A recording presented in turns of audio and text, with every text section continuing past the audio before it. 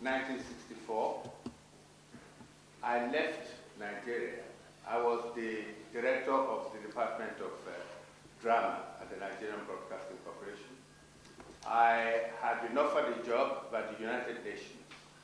And I came through that door in Shufren on the 1st of September 1964 to become a producer in the English department of the Office of Public Information. And this cinema, with the curtain room next door, the radio studio just beyond that, was my beat. This was my office. I came straight from Nigeria to work here. So if you see me wandering through the labyrinth of this place, it's because I've inhabited this for a long time. I said what I want to do today is to try and excite some action and some reaction from the people in the audience, particularly the distinguished people we have here. If I can just paint a very small picture of what used to obtain in Nigeria a few years ago. When I say what used to obtain in Nigeria, I mean in the area of performing arts. I say performing arts because cinema, after all, was the eventual destiny of a lot of theater, of a lot of drama, both in radio, in stage, a lot of Nigerian operators and things like that. And cinema was there to eventually take them on and try to find ways of making sure that they are gotten across to the people. But you shouldn't be surprised that when I was telling some of you upstairs, when in 1958, I wrote to the then director of programs in Nigerian Broadcasting Corporation, one Mr. Evans, begging him to create a department of drama in Nigerian Broadcasting Corporation. He wrote back to me saying, listen, who is going to write the script? Where are you going to get the actors from? Where is the audience? Are the Nigerians used to listening to radio plays and things like that? It was as if I had committed a sin. And, but I persisted. I insisted, and there were some distinguished colleagues of mine who helped me with that. Among them was Chinua Achebe, who was head of talks in Nigerian Broadcasting at that time, Cyprian Ekwensi, who was head of features, Fela Showande, who was head of music, Sam Akabot, who was in his office, and we all got together and insisted that indeed there is something lacking, because if you look at the life of the Nigerian, every bit of our life is a little bit of drama, and all you and yet, my English director said who was going to write the play, who was going to produce it, and who was going to be the audience. Now, as far as who was going to write the play is concerned, practically everybody rallied around, wrote plays. I wrote a lot myself. Wale Soyinka wrote some for me. Ran Kokora wrote a lot. I, Dimokwede, not Frank, his elder brother, wrote. In fact, he was the one who discovered the name Shaky Shaky for. Everybody rallied around, J.P. Clark. Everybody rallied around, and we had a full sum. But these were not professional actors. Some of the first, in fact, Alao in Shaky Shaky was Peter Chibo, who is now dead, who was in fact a deputy permanent secretary. Now, what I'm trying to bring home to you, which some of you don't need to be told in any case, is that we have always had a tradition as far as performing arts are concerned in Nigeria. Always. What? We have always had the audience. Have you ever seen any people drumming and they're just going through, nobody's following them, nobody is moving to them? Have you ever seen some egungun dancing and there is no audience around them? Have you ever seen any performance, even if it is the question of naming ceremony of a child? Every one of these enactments of our cultural norms are offerings. So what is cinema? cinema, in fact, is just a means of getting it and getting it to the people. And these, my distinguished people who I hope I'm going to talk to you today, are the instruments through which you get it to the people. Now we have the industry now to make a quantum jump. It exists. It is not negligible. It is known internationally, but it can be better. Number one, the conditions under which it is produced can be better. I'm now talking about the technique. The conditions of the actors and actresses. Don't tell me, oh, they earn a lot. No. Are they really earning as much as they should earn? If you compare what they earn to what a tennis player earns, then you begin to know that they're not earning as much as they can. What are we doing to make sure that their rights are protected? Because there is a question of the WIPO, World Intellectual Property Organization. How much of the money that is made from the films and from the CDs and DVD, how much of it is really plowed back to the industry or back to the people? What have we done about the performing rights? Because you see, it is not like a football match. You go to a football match, you watch it once, you pay at the gate, and that's the end of it. But you realize that each time that DVD is played, either in a cinema or in your home, anywhere, you are not exploiting, you are enjoying the fruits of the labor of the actors and the actresses, and how much of that gets back to them. Because they should have certain performing rights which comes to them. These are the issues. I mentioned them just briefly, because I'm sure some of these are the things that the actors and actresses will like to talk to us about. Now, I have lived here for a few years.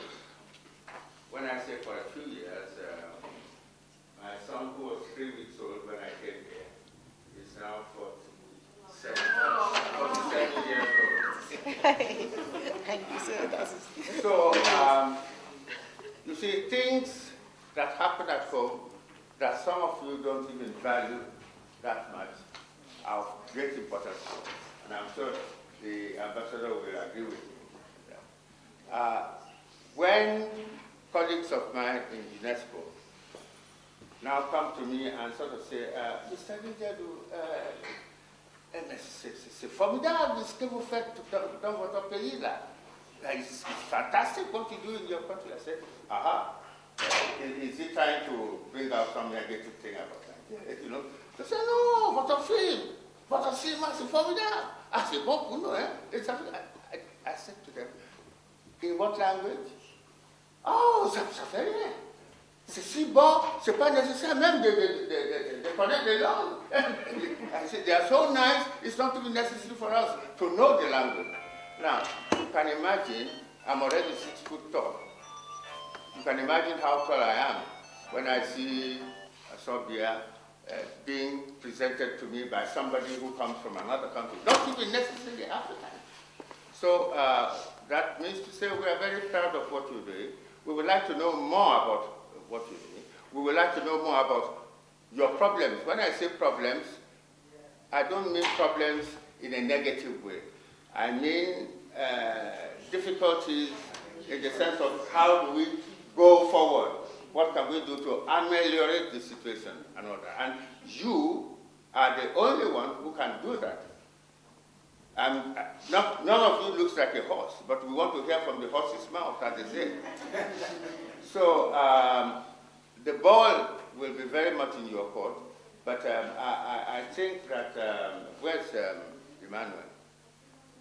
Oh, I think it's, yeah. I think what I would like to hear first is to be able to hear from one of you who will give a, what they call in French, a tour d'horizon. It's like a tour of the horizon, you know, in other words, a general statement on the industry in Nigeria. During the morning, we'll talk about what we can do to make sure that the aspect of copyright and things are looked after. Can you nominate one of you to start? Yes. Sorry, Your Excellency, personalities. I'm not somebody Excuse me. I like to act in a negative position when it comes to this. I would have loved a situation where this technology goes into the blood and veins. Somebody like him should be kept in a computer room instead of our pressing the buttons. We just go to him. And then he rolls out what happened in the past. Because what he was saying, sorry, I must apologize for my word. I'm not the only person allowed to wear sunshade even at night. He's active already. I say, when he talked about RAYOLA and Shiki, I remember. And even though I don't think I was born then, but if I was born then, only my parents know I was born then. Shiki and RAYOLA, at a stage, people were saying they are outdated and all that. Then I borrowed a leaf, not a leaf, all the leaves from RAYOLA and Shiki, and I did something called Pampa, just for experiment, and it was a hit in the market. People never knew that that thing wasn't originally created by me, it was from Shiki. But what we needed was an improvement of what happened in the past. And it was a hit. So we would like people like you, even if you do not, they can't keep you in a computer room where we have to go and consult you. Maybe you write something, I mean, books if you have the chance, or contact somebody to do it while we talk. So that we would like to learn not what the computers taught, but what you taught, people like you taught. And it's going to improve, going to help us improve on what we're doing now. Well, generally the industry, I must say, has improved to a certain level. Because I remember being told that when somebody like Hubert Ogunde, who happened to force himself into fame, they were not allowed then, but they had to, one or two things they did, they tricked the people that were, them, and they had to be allowed, and somebody like Babasala. But unfortunately, when it gets to a stage, people begin to forget such people. It's so unfortunate. I don't know, because we don't keep library where we could go and harness from their knowledge. And I'm appealing to people like you to write if you cannot write. Honestly, we need it. The transfer of technology, let me just put it that way, has been eaten into our own cultural input. And I think, to me, it is sad. I might be wrong. But when we have people who tell us this, we have improved. We started this thing not more than 20 years ago. And we are where we are today. And somebody like me, tiny me coming and then having a convoy from the airport, I think it's an improvement from what Baba Salah witnessed then. So I must say kudos to people like you who started it. And particularly I have to thank the ambassador, who is our father and who encouraged me.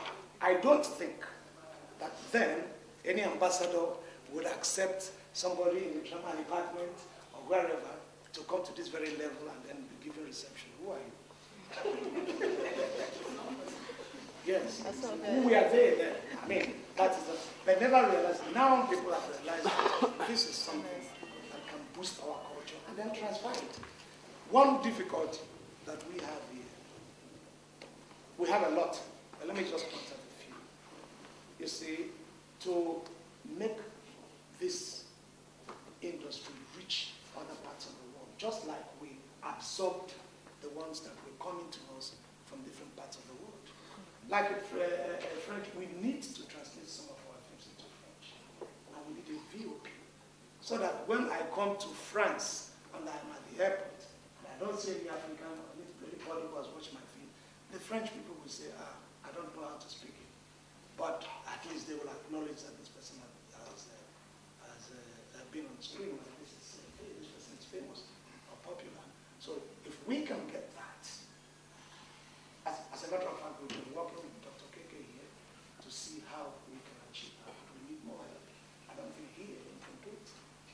So we need that. Like I said first, we need people like you to write, to give us this encyclopedia from the past, so that we can always refer to them. None of these things are in the computer. Honestly, you cannot go to computer and find out what it said now. So except with the help, I don't think we can do much. Marketing, distribution, they're very long. I don't want to go into them. We're having problems. But to our developmental stage, I think we're not doing badly. Because we check the development of the industrial world and our own. In 20 years, we're able to break, not even, at least to come to this very level. I think kudos should be given to people like him and people like us in future. Don't give me kudos. In future, you can give me kudos. So we're very, very pleased that we are given this reception and this recognition. And we promise that if we're given all the encouragement, half of the encouragement, let me not be like Oliver Twist who wants more. I think the sky is our limit. I thank you very much. And I believe that here we have Sheikh Barezi here, we have Richard Moffett-Damijo here. They are gurus in the industry and the acting lesson. But we are not supposed to be the gurus there. People like him and people that are supposed to be the gurus. So we go and then tap. You're not supposed to be the gurus. Oh, the gurus. Yes. So we're supposed to come and tap from them. That is what we are asking. I do not just give it. I think one or two of my colleagues would like to say something further on this. Thank you very much.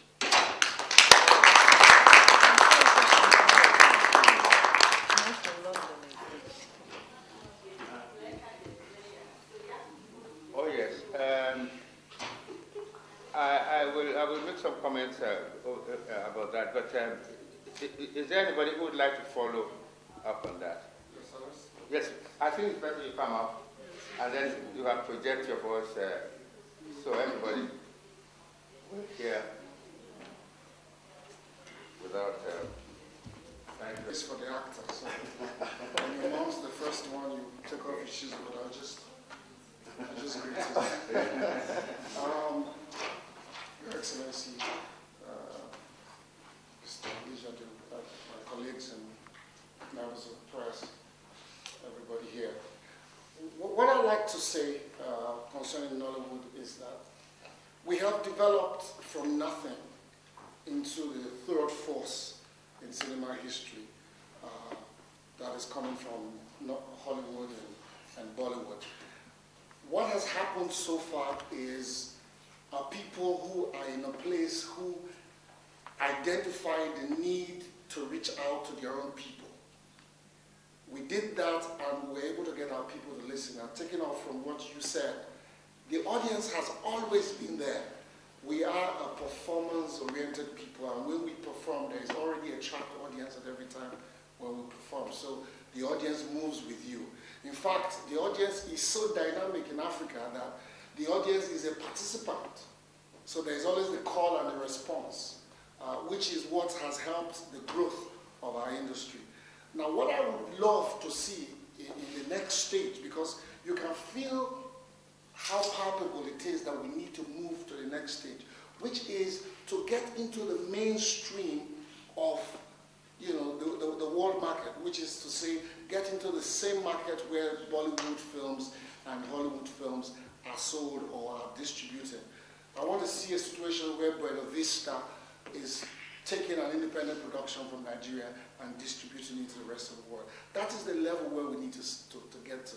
And that is where we need entrepreneurs from our, from our country. I believe that we have people who are businessmen of international repute. The banking sector, the financial sector, outside of hardcore banking, they can take a look at Nollywood, how it is today, and begin to research it with a view to structuring it.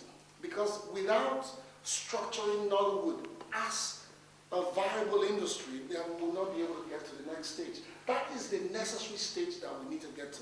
And unfortunately, because most things are government-driven in Nigeria, government needs to take an active role in this regard. Not just a Minister for Culture or Information paying lip service to the industry by gathering one or two people or holding one or two conferences.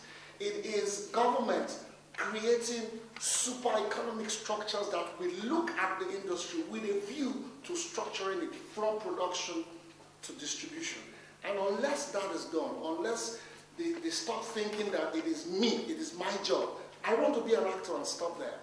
But in Nigeria, you have to be the script writer. The first film I called it Outreach Production. I formed a company called Outreach. Because I was outraged at the system, I formed the company, I looked for the money, I wrote the script, I got the crew together, I produced the film, I acted in it. I had to be the person that pulls all the elements together. And thank God for the merchant investors, the people we call marketers in Nigeria, who stumbled on this industry and for what they have done so far. But they have done it to the point where they can no longer take it to the next level. This is where we need to now bring people who, whether we need to invite experts from outside or whatever, but government it's like driving an entire economic summit to look at this industry that is being so bandied around as the third largest force. Because right now, as we speak, there is a stabilization process going on. So sales have dropped back home, although the appreciation is great outside. Just like the Washington Post reporter who coined the phrase Nollywood did, and a lot more people are beginning to appreciate it. A few weeks ago, I was mocked at the Notting Hill Carnival, not just by Nigerians. Shegun was also there. At the point, I had to call Shegun to come and rescue me because I had taken over like 3,000 pictures at some point. A British policeman that was protecting me from the audience kept asking me, "Who are you?" I said, "I'm just a small Nigerian actor." But the point I'm trying to make is that just as we have the Project Nigeria taking place in London right now at the Park Lane Hilton, we need to have forum driven by government where we will be able to set up structures where we will invite foreign people, publicists, and all of that. We were in Cannes last year, early this year, and the ambassador was there as well, and we had some kind of complex in the sense that there was no proper representation of our country. We were not in the mainstream of things, and we know what the South Africans did to be able to get an Oscar. Those were people who, when we started Nollywood and they were looking at our films, they scorned at our films. But later on, it started a revolution within their own film industry. They don't have a film industry. Just like Britain, they don't have. They do one film once in a while. But the government put money together. They were able to get a film that they said they want to make an international statement. They did put the film together. Apart from money spent on the film, they hired a publicist. They hired a lobbyist, because it is not just producing a good film that's the problem. You have to produce a good film. You have to be able to get into the jury of Cannes or whatever film festival that you need to be able to jump off from. And it is that kind of organization, that kind of strength and power that we need, which is not something I can put together. I can make a phone call, yes, and talk to a foreign actor in America, talk to Chris Rock or whatever, but there is a limit to how much I can do or that phone call can do. Same for my colleagues that are here. We don't want a situation where 20 years down the line, we are like dinosaurs and we're not living well because we're not able to harness. I want to be able to harness the power that I feel when I walk into Ghana and from the plane I'm treated like royalty. I want to be able to harness all of that colonization of the West African coast and convert all of that to money.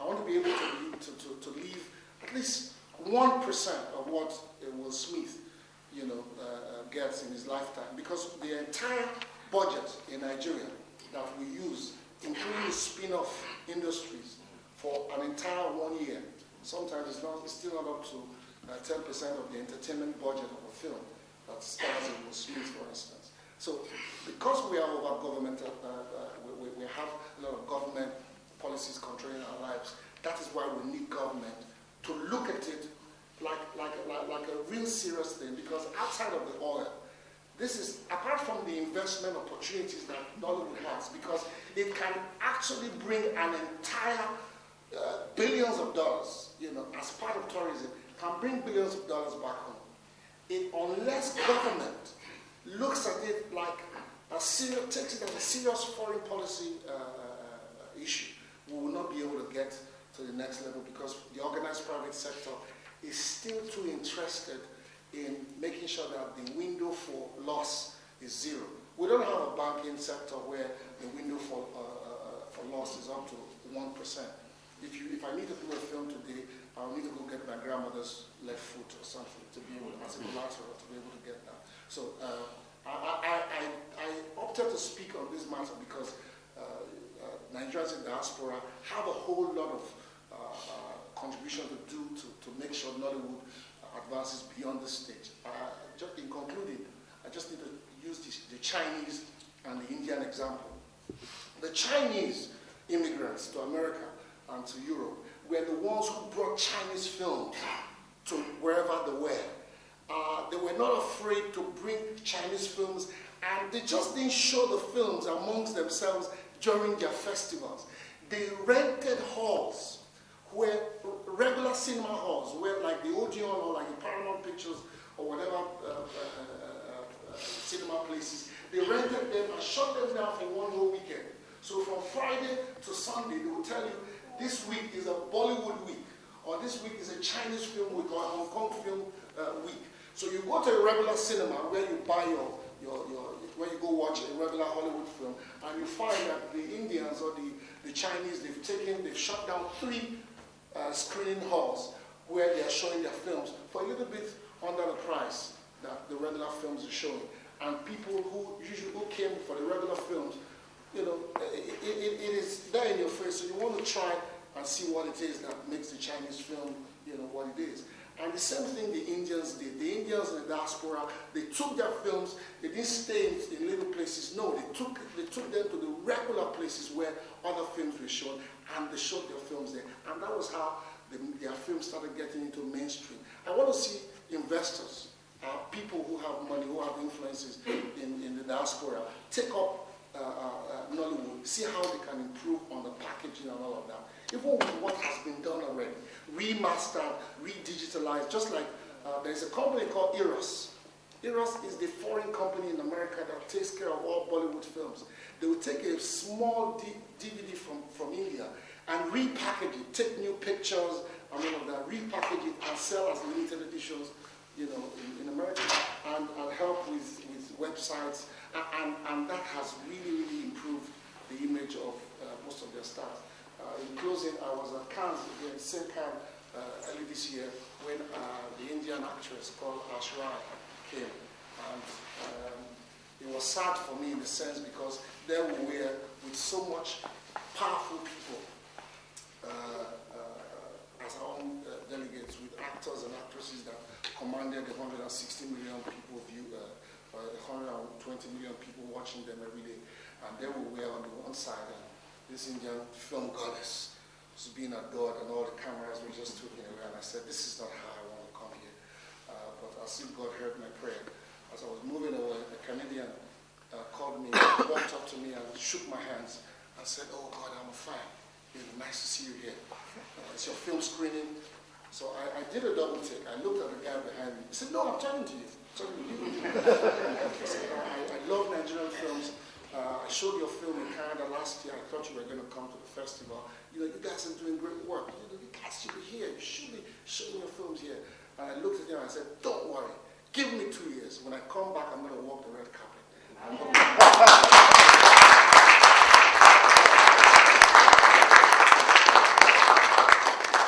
Reaction from the floor, but one question I want to put to you. You are not frightened of government involvement in the development of industry at this level? No, I'm not. Okay. Well, I just thought that should be made clear, because there are those who would be. It can be structured. I don't think that government is that bad.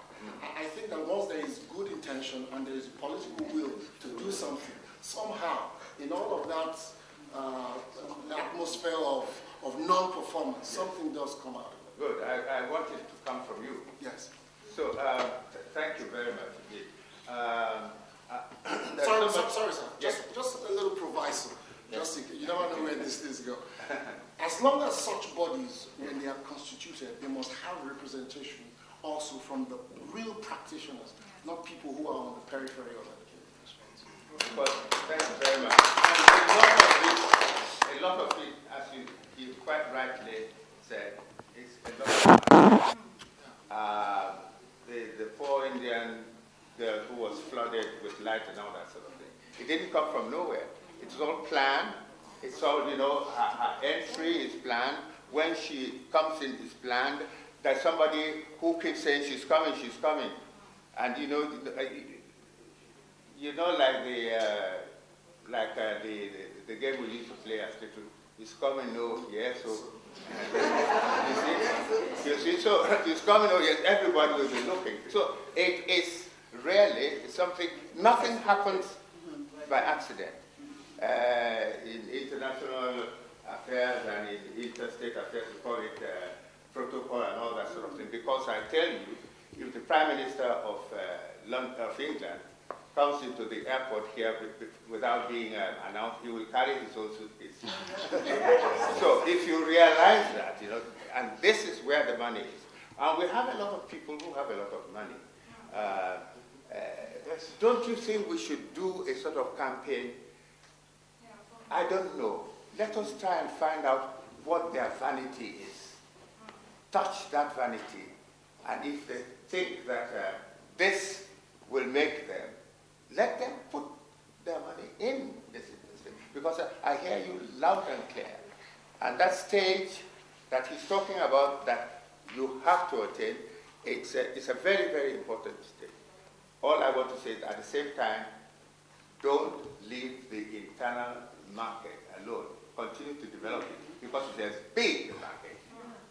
It's a big, big, big market.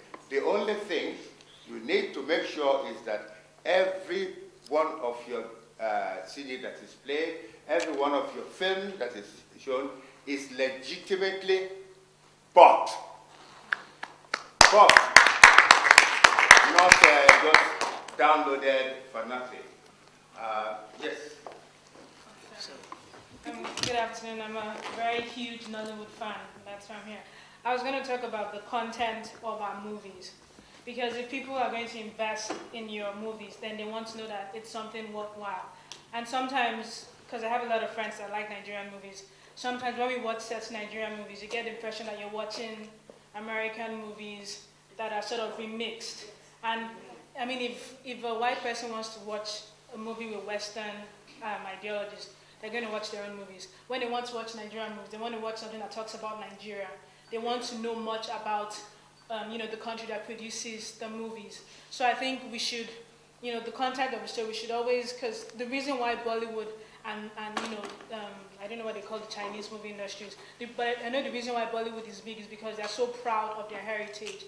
That when you watch their movies, I've never been to India, but I can tell you much about India. I can speak a little Hindu words because I watch a lot of Bollywood movies. And so you need to project that through your movies. People need to know about Nigeria. If I want to watch an American movie, I'll go to the cinema and watch something with, Al Pacino, Denzel Washington. If I want to watch a Nigerian movie, I want to see something that sort of talks about my country. And people want to see that too. People don't want to watch you talking about America, you're bouncing and wearing the Durak, and no one wants to see that. And the other thing I also want to talk about is specialization in the industry.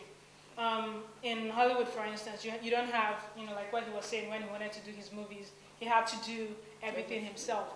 In Hollywood, you have specialization of the trade. You have people who are in charge of editing, you have the wardrobe managers, you have the makeup stylists, you have the directors, the producers, you have people that do the scenarios, the set designers. And I don't know if we could have maybe schools or centers where people can go and train. I don't think it's nice for an actor to have to do everything by himself, because when the jack of all trades is always a master of none. You need people who are specialized in different areas of the industries. People, if you're going to build a design, you need to know that, okay, this is who I'm going to meet. This is the company in charge of this. If I want to do the publicity, I know this is a public relations firm I'm going to meet. And people need to know that this is their work, this is their work. And when you all come together, you can produce something that people will want to invest their money in. Because, show business is, we like acting, we like performing, but it's also a business. And no one is going to invest money in something that won't yield returns. And if you want to make something that will yield returns, you need to do your homework, and you need to do something that people will want to buy. Yeah. Thank you. Your Lordship, I just want to say, no, don't sit down. I just want to say one thing. When he talked about the next stage, he's talking about the development of that industry. And the development means the development of the skills, the development of the aspects of the profession. This is the way I look at it. On the question of what the content of your film is about, the name of the game is excellence.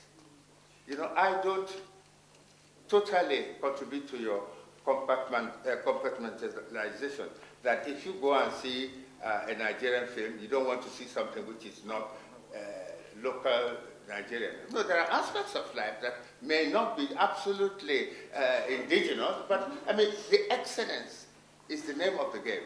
You see a good film. I don't know how many of you were here to see the first film we saw today. I don't know how many of you were. I don't know if you were there. They probably were not here, but might have seen the film. But you might have seen it before. Wait a minute. In any case, you saw it. Yes, I did. At the moment, at any moment in that film, were you anxious about the fate of the girl? Oh, yes. This is what I mean.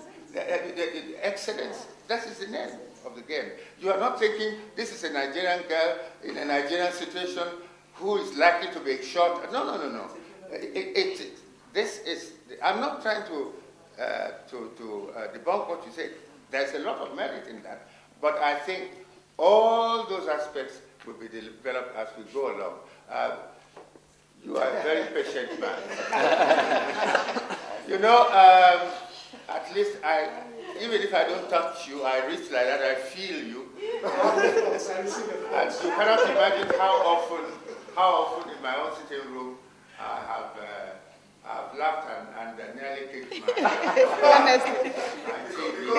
Honestly. So I want to see him, that's why I kept him standing. All right, it's just what she said about the jack of all trades. When Richard was saying something about the actor and the producer, he said it regretted the distributor and all that. It's not by design. Yes. Nobody intends to do Yes, that was what but he when said. you are a good actor and you act so fine, somebody who is producing, he produces on paper instead of a disc. Like somebody buys it. So you find that that's where we say it's not a orientation. The person, the investor back home wants his money back immediately. Nobody plans on long term. Just short term, so I can plan my money back. So you find that these are some of the problems that we have. It's not as if we want to do these things. We know the content. To produce a film that contains the culture and whatever, all these things that we want requires money. And if your film does not go to international market, why are you going to make that money? So you find that everything goes back again. The investors want a film that we can go to one American film. It's very unfortunate. You can go to one of American and indigenize it. In fact, Africanize an American film to get your audition through. Another thing I want to point here is I think it was in London, we were having this United Nations conference. I happened to be there. So they were talking about grants. I was so ignorant of it. And when they said, look, you tell us one of the problems that we have, I wanted to tell them, look, money, finance is the thing. Dr. Ife was sitting there and said, look, don't you know this is your country? So I came to find out that there are grants for even this drama for Africa. At the end of each financial year, the thing is plowed back into nobody comes to take it. And all of us are ignorant of it. Yes, and I was saying, telling Dr. Ife, those of you who are there who know this, why don't you pass on this information? There are people who could bid for it and really win it, so that we could go. And another thing is the international markets thing. It's very. I've met with FNAC for marketing. I've met with Walmart, HMV. I was with Shego Arinze. In fact, I was at their warehouse and I was wearing my tartan jeans as usual and my polo. And I said I wanted to see the manager in charge of the commerce or African affairs or whatever. They never allowed me to go there. Well, I went to their warehouse and I was just to their showroom and I was looking around and people were coming to greet me. People from Caribbean, people were in Jamaica. I was even from Mox myself. People from Jamaica, what do I have to do with them? And they were watching that thing. So somebody now took the radio or whatever, the walkie-talkie and phoned him. I said, look, this man, I said I wanted, they said you can't see him. In fact, they phoned the manager and said, no, I don't want to see him. Maybe they described what I was putting on, and they said, I can't see this kind of a person. So then when people were crowding, they phoned him and I said, it looks like this person is famous. He now says, come on, I will see. I went up there and we were talking about catalog and all that. I found out that there's still a link. If you want to make a business, want to make business with you, to enter into business with you, they still have to have something that government has to put in to give them security for their finance. And that is the only thing we want. A lot of people are investing their money on the local level to get this, but we need government to give us this information, to find out. In any of our embassy, I'm sure, I don't know, we have cultural department. If they could go and find out what it takes to bring us to the international market. If one Nigerian film, none of our films is the international market, officially. I can tell you that. Only Fela's music is international market. He sits down there and people are loading in pounds and dollars into his account. I would like to have that too. But if you could help us get this information, pass it on to us. Like the NIDO is worldwide. If I'm going to any place, he will attest to it. If I'm going to any country, I will call him. I think I have all the NIDO chairman and this. I will tell them, please, link me to NIDO, and then the NIDO link me to the embassy, so that I'll know that there's no 413. So if they could give us this information, I was surprised that there is that grant for Africa and for drama, and nobody knows about it. At the end of each financial year, they plow the money back. So they told me it's not even finance. It is raising our head above sea level. Because we haven't really, and we can't do it back home.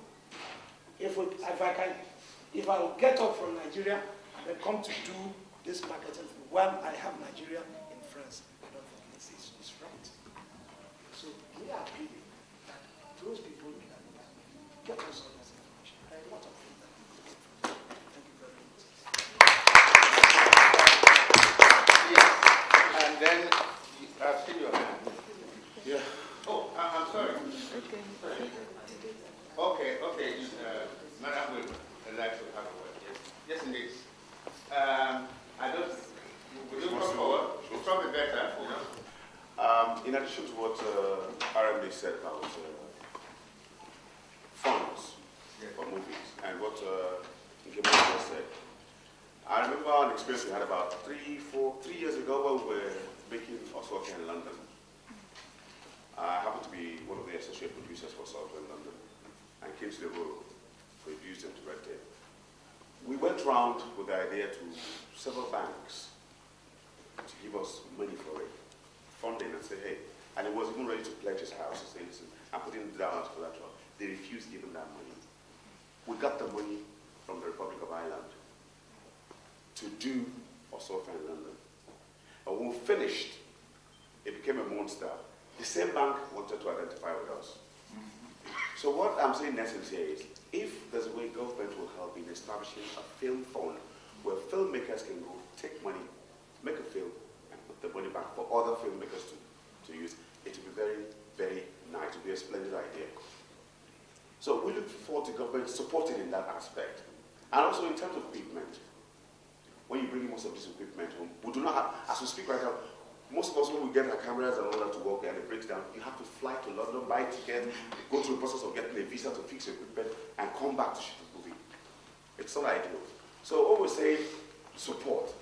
Those are the kind of things we're looking for. We have a Nigerian Film Institute in Jos. As we speak right now, nothing happens there. We have the Nigerian Film Corporation in Jos. They have a big laboratory. Nothing happens there. And yet everybody says Nollywood is the third in the whole world. Now, what are you doing to move it to the next level, like you said? We look forward to government giving us that support. That's just what I want to chip in.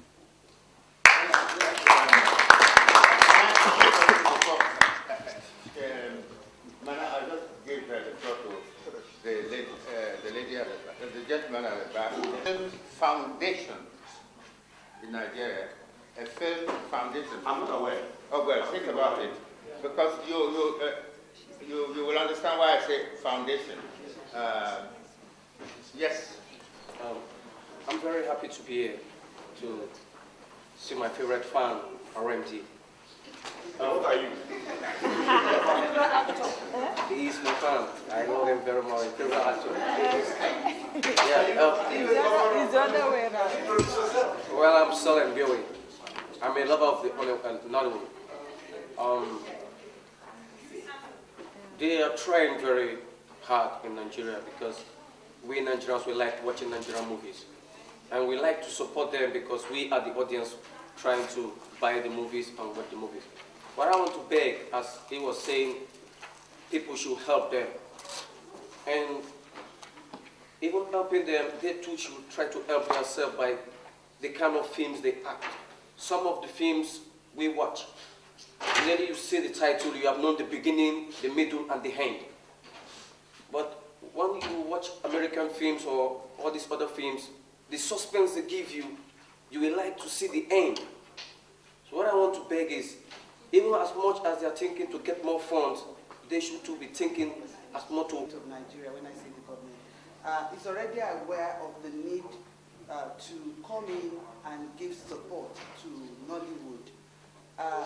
Malam El Rufai, the Federal Capital Territory Minister, already promised that he was going to allocate some land in Abuja for the filming industry.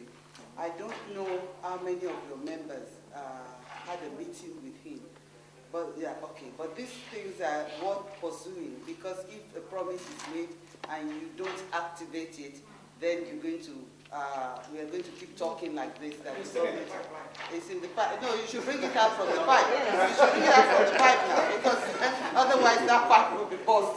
You will be burst. So you should bring it out from the pipe. I also had one of you talking about Nigerians in diaspora having resources, having connections, which could be useful for Nollywood. I want to also tickle you by saying that while I agree with you that you can lean on your brothers, but you know one good thing that Nigerians in diaspora are doing, which I want to enjoin you to do as well. Nigerians in diaspora are also flying back. You know, it's a two-way business. We give and we should give when we expect to take, but we also should give. You know, there was a time if you said you were going to study fine art in the university, people look down on you and feel you are a dropout, not to talk of drama. Now, when people say they want to go into drama, they want to go into media studies, is encouraged. On a personal note, the last one of my children is studying media studies, into media studies as a degree, and he's excited when he sees R&D and Sophia in London. He acts, and I support it, because that's his talent. That's where he can excel. So please, there's nothing wrong with you doing some school talks, going around secondary schools, encouraging them to do drama. When people see your Sophia, everybody, you know, there's a star.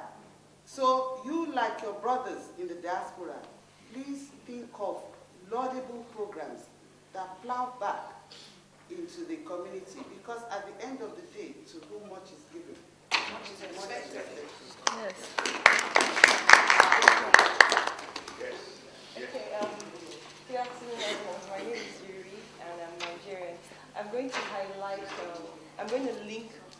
points that RMD was making and my friend Cassandra, we've had like countless arguments in my room, you know, every night. So like talking about, no, it should be like this, it should be like that, it shouldn't be like this.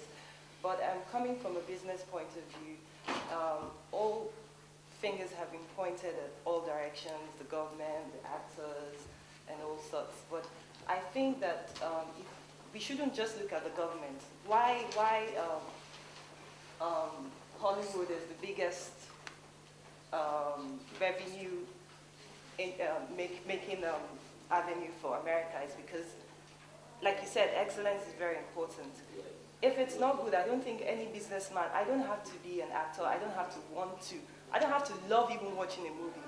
I can just have a lot of money.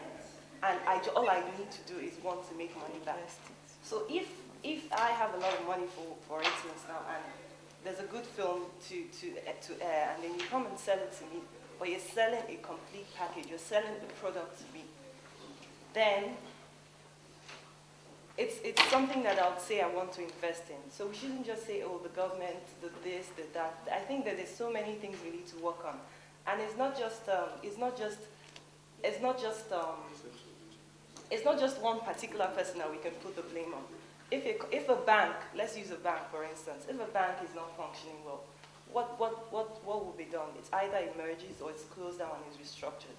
There are a lot of things that, in fact, I don't know where to start from. If I start from here, I think, oh God, it's the fault of this, it's the fault of that. But I think you need to try as much as possible. And I can't say you need to try because everyone is trying. It's just that everyone wants to put their hands, everybody's just interested in returns, and you're not looking at the main thing. You have to try to make it a product. Yeah. Talking from a business point of view, Nollywood should be a product that you take it to someone and you say, this is my product. It's going to make $300 billion at the end of the month. How can that? And someone just looks at it. You don't even need to. All you need to do is a presentation with 5 slides, and you give the person this is what it's going to make. What we're going to do. I'm being serious. This is what we're going to make. We're going to. No, don't. That's my point. Don't say calm down. Everyone thinks it's so hard to get there. What they mean is that it's not as easy as it's not as easy as, but it's not as easy, but it's easy. There's nothing that's easy. Rome was not built in a day. Bollywood was not built in a day. Hollywood was not built in a day. The only advantage that Hollywood has all over all the other whatever would. I'm sorry, Yuri, but let me give you just this scenario. Baby, I want to make my money back in 1 month. No, I'm giving a job. No, just close your eye. Imagine people say that. But those are the only people right now. I have got my money. I don't want to make my money. I like the interaction, but if you both speak at the same time, you know what happens? Yes. We won't hear. Yes. We won't hear. So but one at a time. Yes. My point, Shego, I want my money back at the end of the month. If for now those are the only people that Igbo traders are the only ones giving you money, who else? Do you want to throw them away? No. Yes, but my point now is, why don't you, I don't know who's in charge, I haven't done my homework, so I can't really expatiate as much as I really would like to. But who is the person in charge? Maybe you have to get a complete new board as in charge of administrative, your business. It's not the business of the producer, it's not the business of the bank, it's just somebody that sits down and markets and builds a product and puts it before an Igbo man, an expatriate, my father, anyone that's interested in investing, even I as a young, and then before you know, banks, you won't be chasing banks will be chasing you. That's what I think. I think everyone sits down and it boils down to policy, because government has to make policy that will protect us. Do you know if somebody is parenting your film and you take it? Sorry. Let me. I just want to remind you what is this? This is all about. It's exchange of views, exchange of ideas, exposure of the reality. What he's saying, and I think this is very crucial, as what you said earlier is, he's saying this is the situation. When I was a young producer, I cannot tell you how many years ago, you had to do everything, write the script, act in it, do this, look for the money and all that. Why should it, in nearly 50 years, he still has to do that in 2006? That is not right, and I don't think anybody would disagree with that. So what is wrong, and what can we do about it? This is the problem. This is the point. Can I give gentleman? He's been very patient. Thank you. His hand has been going up and down. I'm not Nigerian. I am from Benin origin. I live in France. Okay. I'm very interested about Nollywood because I heard about it. Yes. Just once on a program on TV. Yes. It was a filmmaker from Germany. He made a program about Nollywood, and they put it on the TV here in France. Yes. Yes. But since that, I had zero information. So I come here to get some information. For instance, we are French-speaking Africa, where they speak, some part of the population speak French. Yes. And we don't have a film with subtitle, Yes. or doublage. Yes. How do you say in English? Well, subtitles. No, doublage. Dubbed, Or Nigeria, or in African language like Fon or Wolof, or in Yoruba, or in French language, for example, we don't have nothing. What is the situation about dubbing and subtitle in Nigeria now? Well, yes, In African language and European language. yes, I will hand it over to one of them to answer. But I think what you're talking about also, whoever answers it among you, he is just describing to you the extent of your market. Okay. Distribution. To answer specifically, there are a few films that are already being translated with subtitles. The issue of dubbing, it is part of the major problems that we have, which is, again, is money.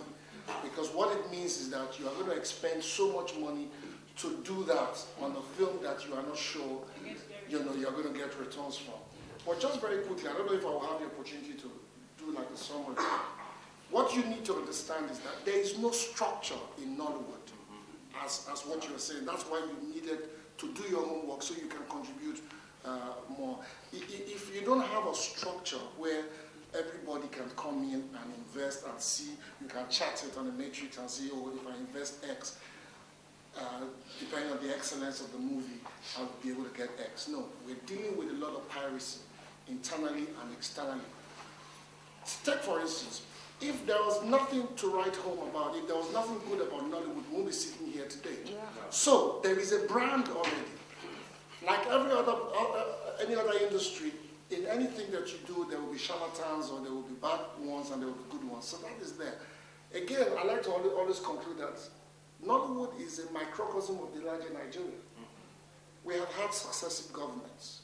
Each one come in and say water is going to be provided for us. I was listening to a fella some few weeks ago, and I was hearing a song he did in the 70s where he was saying that they had promised that we're going to get water for all in 1980. And then he moved it to 2000. We still don't have water in 2000. 2006. This is 2006. We still do not have light. Somebody was saying to me yesterday that they used to hear generator sounds in our movies. And I said, then why wouldn't you hear generator sounds? There are no studios, there are no sound studios in Nigeria. We started to produce these movies from our living rooms, from our kitchens. People get together. Look at what Shadow said. Kingsley put his house down. Look, give me money, I want to do a film. It's called Sophia in London. It will sell. They didn't want to hear.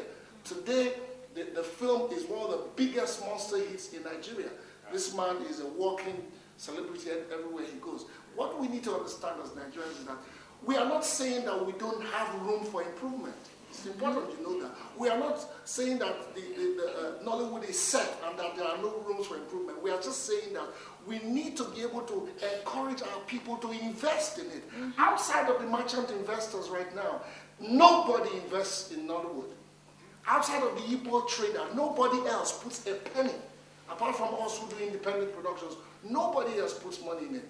And the reason they all run away from it is because they say they cannot see a structure where they can put money in and have guarantees. And so, even those who try to bring money in now, like every other thing in the world, the mafia that controls it, the Igbo merchant trader that controls it, sabotages your film, of course. Because it doesn't want you to come and break the new small circle that they have. They're all feeding fat from it. They all have a lot of money right now. They will keep telling you that the films are not selling, but you keep seeing that their investments in other directions are growing. You know, it is so bad that they got together at some point and they said the big actors amongst us should be banned from working.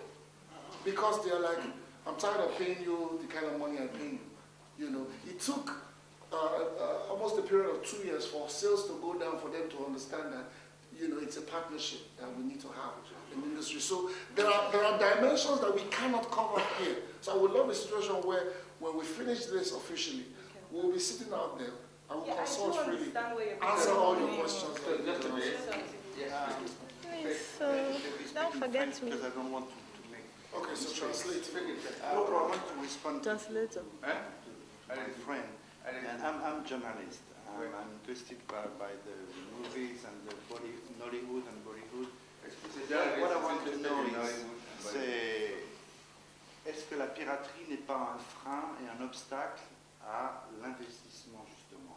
C'est la deuxième question. Piracy, isn't it a sort of break and an impediment in the way of the industry? Yes, it is. Et la seconde chose, ce qui il faut probablement une structure professionnelle que tous les producteurs nigérians créent une structure à eux-mêmes, investissent un peu d'argent dedans pour protéger leur profession, défendre leurs intérêts et améliorer la distribution, parce que je pense que la distribution des films garantit la création des films derrière.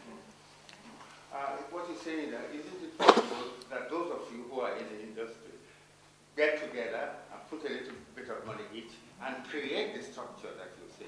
Because he said, well, if you do that, you will in fact defend all your interests, you know, and then you will realize that, of course, the distribution, if you have very good distribution, that in turn will finance and make sure that the whole thing grows up.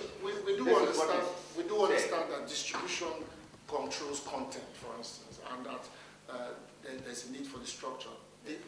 A lot of us are putting the structure together now. There are a few people that are buying up cinema houses now and setting up kiosks at different points. There are some people that are even distributing films now through petrol stations. So the structures are beginning to evolve. So this is the reason why we talked about government is because we do understand that we have a peculiar country where government is the beginning and the end of most things. And so once there is a government will, once there is a political will, then it drives the process more conclusively. I know, just as the government can get the business, the organized private sector together to rescue banks or to rescue the sector, I know the government can properly set up a body that will rescue the industry. Because we have seen it work in Transcorp. Once the president is interested in an area of the economy, he can jumpstart that area or that sector of the economy by making a presidential declaration in that direction.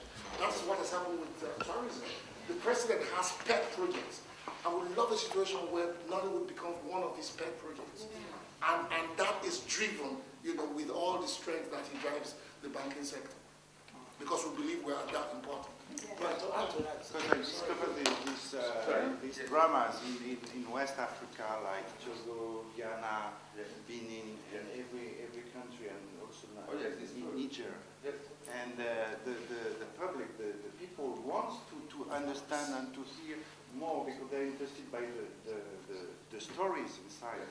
They recognize themselves in the stories, like multi-wives and so on. But I think if the Nigeria producers want to make more money and develop the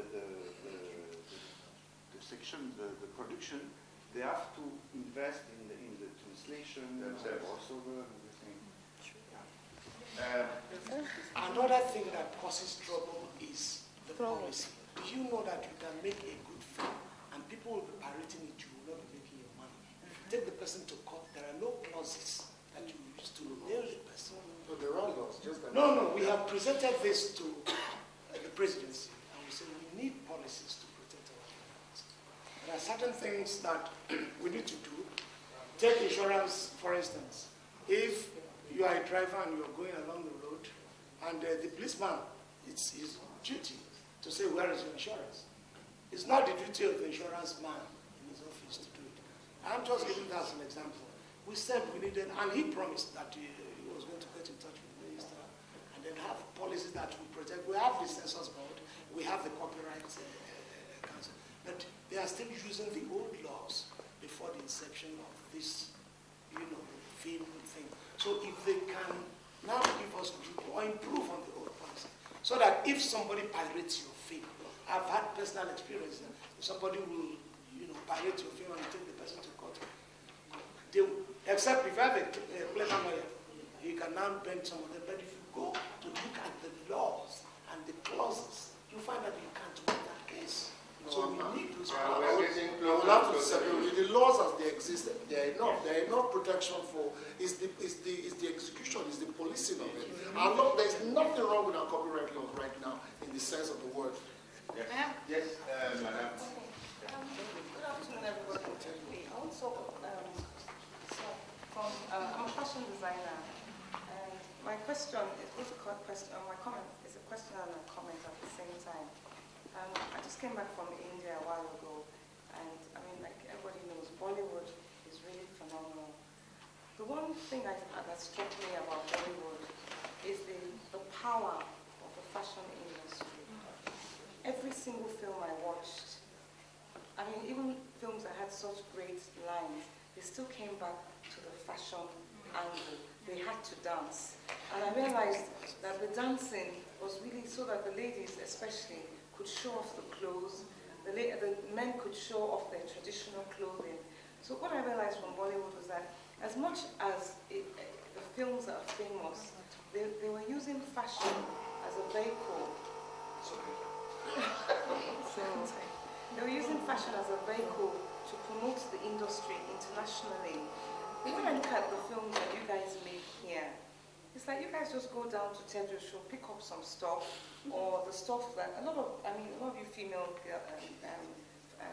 celebrities, let me say celebrities, I followed Genevieve to Liberia, and I could tell that she hadn't gotten her image right. And if you look at, we're looking at the walls, these people were created by designers, stage designers, fashion designers, interior designers, jewelry designers, makeup artists, and we're talking about films from the 40s and 30s. This lady especially, from the 40s, I remember her, and we're still influenced by her clothes, even now. I feel that your industry doesn't have a strong brand. You think you do. And I'm not talking about from your storylines. Your film is one of the reason why your film is successful is because it appeals to the humor of the world generally, right? But in the same way, there was no strong image for your fashion, and image is everything. And when I mean image, I'm talking about the clothing. I remember a film called American Gigolo. That film launched Giorgio Armani. Yes. A lot of people don't know that. And I can't remember the guy's name. Richard Gere. That film, Giorgio Armani's whole career, but it wasn't about Giorgio Armani's career. It was also about the film industry, It's also about the film industry as well. That film couldn't have done well without the storyline, the clothing, and the film itself. And I find that even the men, we tend to project up and down, but there's no role. You look at the young people today, they don't have role models in all of you. What they have are, they want to be actresses. They don't have role models. Look at Britney Spears. Every time she comes out with something, that's what all the young people are wearing. If you look at some of the actors, when we as designers, we go for trends, forecasts in Paris, for instance, the trends have influences from actors and actresses. I'm just giving my opinion. It's something that has to be considered and built in. I think it also has to do with money too, because no, I'm coming to that. Because you have to pay. I can't hear anybody. Sorry, you have sorry, I was going to come I to can't that hear now. you. Please don't take the floor unless I give it to you. Okay, sorry. So going from there, like what I find is You that have to wind up. I'm sorry. Yes. What I find is that you don't have the commitment to the designer. That's the problem that you really have. You come, I don't know you, I'm sorry. You come to me, you want something. Then you go to her, she gives you a totally new, different image. Then you go to him as a male designer. So you don't have the commitment to a look, a personality, a theme for your brand. That's what is the challenge I'm giving you. Thank you very much. Oh, I'm sorry. Don't forget me. I'm sorry. Yeah, I will be very brief. Please, she was before you. I will give you the floor. Okay. Your Excellency, the chairman of this section of the program, it's very interesting to be here. I want to recall what happened yesterday before I get into the problems of the Nollywood. I've seen Moffat before, I've seen Rinze, but yesterday when I saw Sophia, I said, wow, I was so excited. I said, Sophia, somebody by me said, but take it easy now. I said, what's the problem? I said, he's a star. I said, hey, does he pay your rent? I said, well, he may not. Somebody rescued me. He doesn't pay her rent, but he's a star. I mean, you give honor to whom honor is due. I said, thank you very much. So I was still very excited. I said, this is Sophia in Paris, not Sophia in London. So, I mean, it's very... The film will be out. Oh, very soon. Sophia in Paris. That will be interesting. In as much as we're all saying, really now the problems, they are very good. It's very good to know the problems so that they can improve. I remember as a secondary school student, I acted very well. You know, I was a very good literature student. We acted any textbook we came across. I participated, I did very well. But then, there was no awareness, there was no... And you can't even tell your parents you want to act. Nobody will take you serious. I also recall one day Charlie Ekuta was on the screen. He said he recalled how he was termed a bad boy, a wasted boy, until now he's, you know, where he is. So this is a developmental stage. Everybody is right. The Nollywood themselves need to improve on their brand, the way they go about it, and let us make a structure so that it will grow into a system. One thing I like about Paris, I'm a Nigerian. I just came into Paris 2 weeks ago. I'm here to do a program. I work with the presidency, so I enjoy film. I'm still a Nigerian. I'm here to be a Parisian. So what I'm saying is that we need to get the cultural thing, the drama, the theater, into our system. As my lady there said initially, maybe through the schools, get them young, so that as they're growing, it's in their head. Not maybe when you get there, just like me, if I get into acting, my main interest is to get money. You understand? But if I started it with me, it's what I like doing. The money will definitely come. If there's a structure, if it is in the system, the money will come. So let us concentrate our efforts on getting it in the system. Just here, their transport system, you can pay your transport money anywhere. No agoro, no town, collect your money and put it in the pocket. You can pay your transport money anywhere. So if you have a system, get it in this through the government and the Igbo traders. You don't throw them away. Let us have a system that will accommodate the good, the bad, and the ugly, so that everybody will participate. Thank you very much. System. Thank you. Let us get it. Yes, thank you very much. This will be the last. Well, my name is Giwa, Mufuta Giwa, and I run a small production company here. Right? My comment will follow up what Mr. Allen said and Harry said. According to me, you know, from the point of view of somebody living in France, it's a long time. I contact that. That's a long time I've not been to Nigeria. But in terms of filmmaking, we comment technical-wise. For example, this is the first time I've seen a Nigerian very good film, a very good film from Nigeria. Most of the time, I visit the internet to watch some small movies, you know, right? And see the comments from the international audience, the comments are not so good because, as Mr. Arabi said, to get the Nigerian film to another level, we need a very good technical competence. That the people behind the machine should be first competent in their trade. That's one. And again, talking about the government involvement in the film industry. Your Excellency, you are used to France, and around Europe, everybody knows that France is a notable country in terms of film, the support of film production in Europe. So what I try to suggest to you, as somebody who's been here since a long time, and you have a very good example in your eye, excuse me for the expression, is to press the government, to start build up something that is comparable to CNC. You know, the Central Nigerian Cinematography. Everybody knows CNC in France. Yeah, Centre National de Cinématographie. That's very, very important. No single film is made here without the participation of the government first.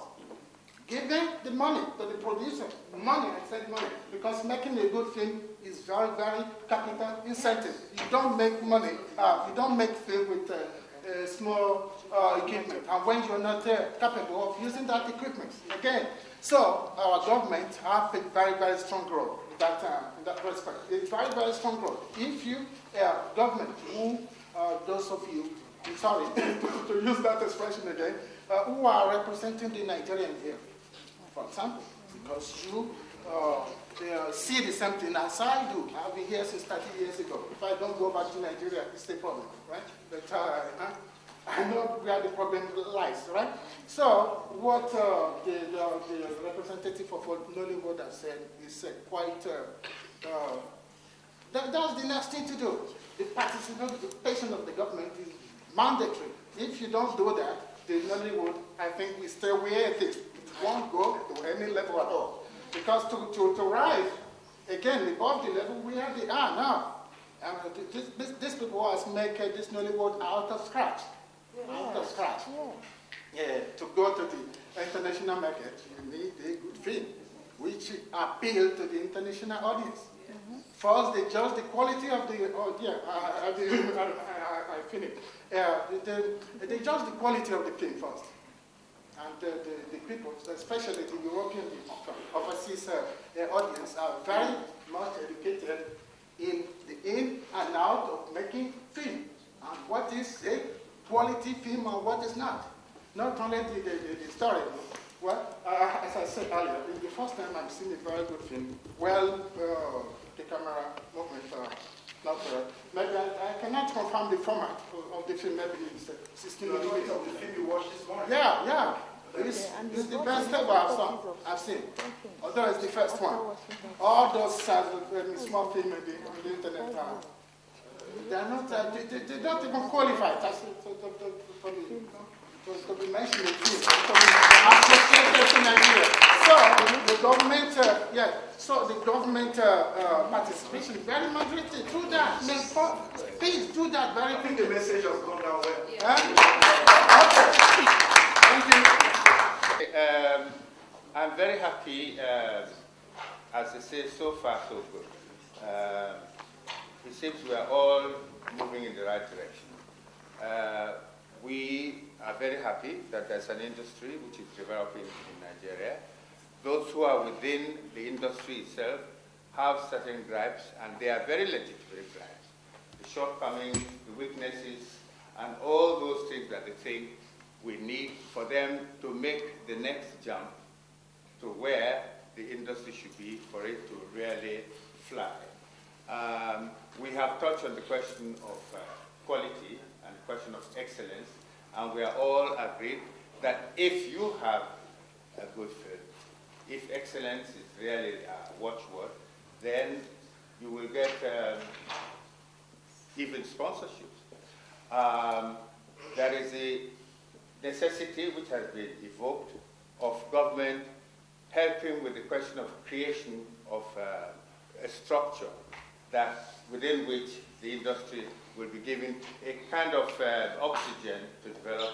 And we were happy to hear from Madam that in fact this is something which is of interest to the presidency, and that I want to hear what you say. There is an interest in helping the industry to develop. Now, finally, there is something which I think we all ought to make our mind up on. When we talk about the Nigerian film, we need to realize that every story doesn't have to be a Nigerian story. Every story doesn't have to go back to my village or your village or whatever it is. The Nigerian film as an industry is something, that's why I mentioned the word excellence. That if we build into that excellence, then all story that we have to tell will be welcome in the cinema world. When our friend talks about what he has seen, he said he hasn't seen many, he's seen only one, and that this film today, and that he was very pleased with it. That is 100%. It means that 100% of what he's seen is good. Yeah, excuse me, sir. Wait a minute. Also, wait a minute. the producer of this very film is the only one on the internet. You know, the internet is a medium that's also carrying your voices. It's the first time I'm meeting you. This conversation, please. No, I will not excuse you because I was talking. You stopped me. Right, okay. So this conversation continues. It continues tomorrow. I'm just making a resume of what was said this morning. You are now trying to infuse something else. You can say that tomorrow, and it will be part of the resume there. So all I have to do now is to wish you bon appetit. I hear there's some Nigerian food. If there's still any left. So just, we will continue. You see, so actively, members of the audience, we are really grateful for your attention, and you've just watched a film. We think the best thing is for us to move on to the discussions we started yesterday and try to look at other angles and finish up today. According to the program, well, for those of you who don't know me, my name is Emmanuel Iga, and I am one of the people in the organization of this event. According to the program, we are supposed to be focusing on the role of cinema in development, but looking at it from the cultural angle, cinema and culture. But yesterday we tried to fix the framework in a more general way, looking at the economic angle, the difficulties of the film industry in Nigeria, its evolution, etc. And we still can go back on what we discussed yesterday to bring in things that probably were not fully discussed yesterday. As we did yesterday, we made it very interactive, and I hope we'll make it today a very interactive session. So feel free to indicate you want to talk, and then we'll give you the floor. Uncle Yemi Lijadu, who chaired yesterday's session, is attending the opening of the Executive Board of UNESCO, which is starting today with a commission in which he's attending. So we will be having him in the later part of the discussion session. While we move ahead, we will be having the roundtable today presided by one of the monuments of Nollywood, the person that we don't need to present anymore, Mr. Richard Mofe Damijo, popularly known as RMD, is here.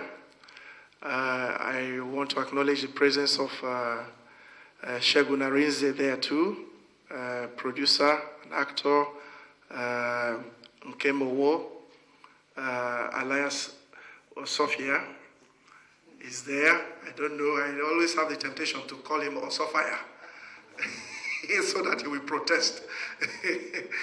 And today we are also lucky to have somebody who is always very, very busy and is difficult to get, and whose presence here with us is going to be very useful in the discussions. I'm talking of a very popular Indian film producer based in Paris and also working in Europe and India. I just saw him coming. That's Raj. Raj, probably stand up, let them see you. So he could have been here yesterday, was very busy. He is here today to make an input from the Indian angle. So we probably will be giving you the floor as soon as we start, but the chairman will look at that. So let's move on. Mr. Chairman, the floor is yours, and now you organize the things as you want. I think that perhaps the best way to proceed is how we did it yesterday. Remove all the formalities of the chairman and the high table and have a more interactive session. Sorry?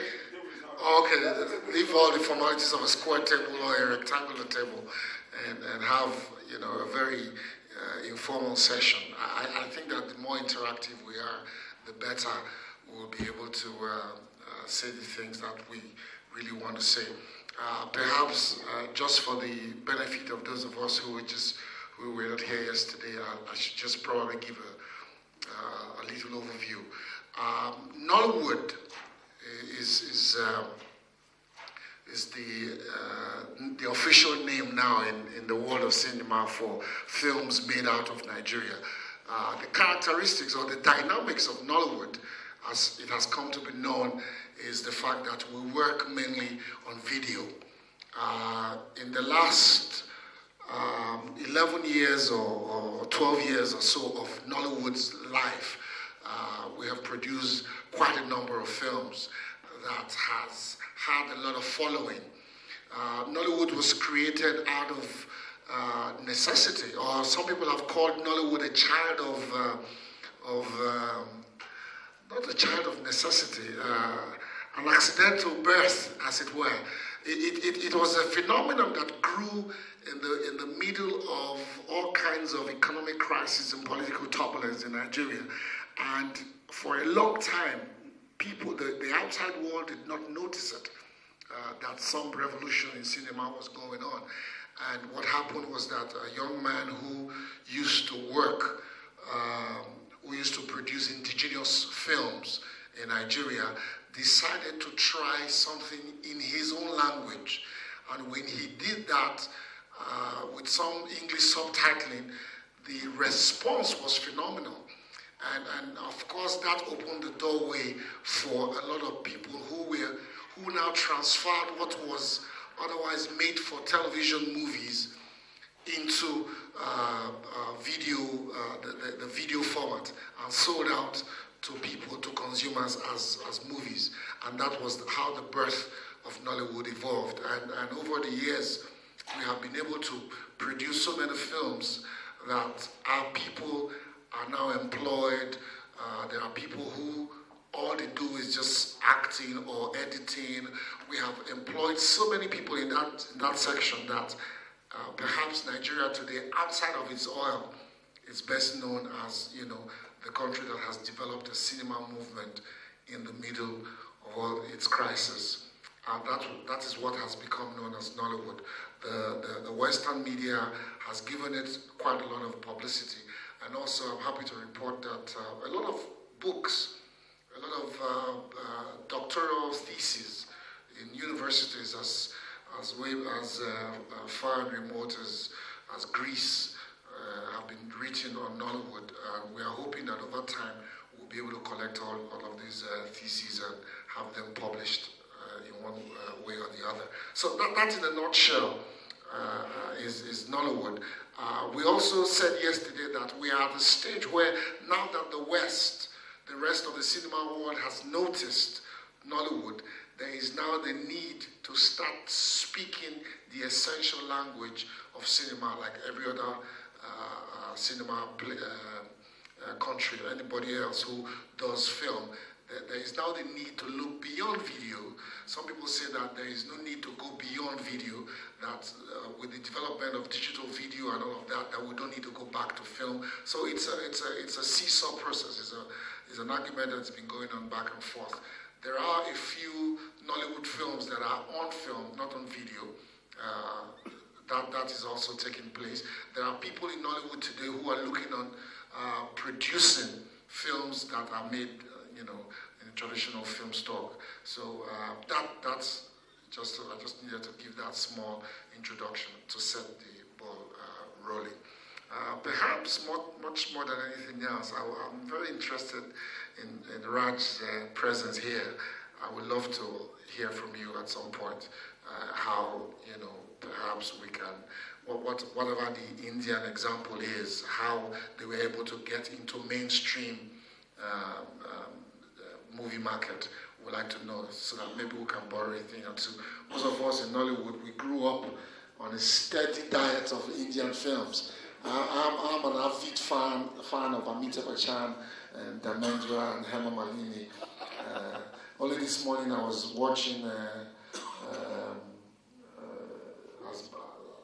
Zabani, or so, one of the actresses who was talking on BBC. But just to say that we all know about Bollywood a lot. We got inspired by Bollywood, and we are still being inspired by Shah Rukh Khan and the new generation of Indian actors. So we would like to learn a thing or two. But before we do that, I'd like to call on Shegun Arinze, who had also perhaps made some little notes about Nollywood and some of the things that we needed to talk about here today. And of course, we will call on Mr. Giwa, who had some things to say yesterday as well before we hear. So maybe Sasha as well has one or two things to say. So, Mr.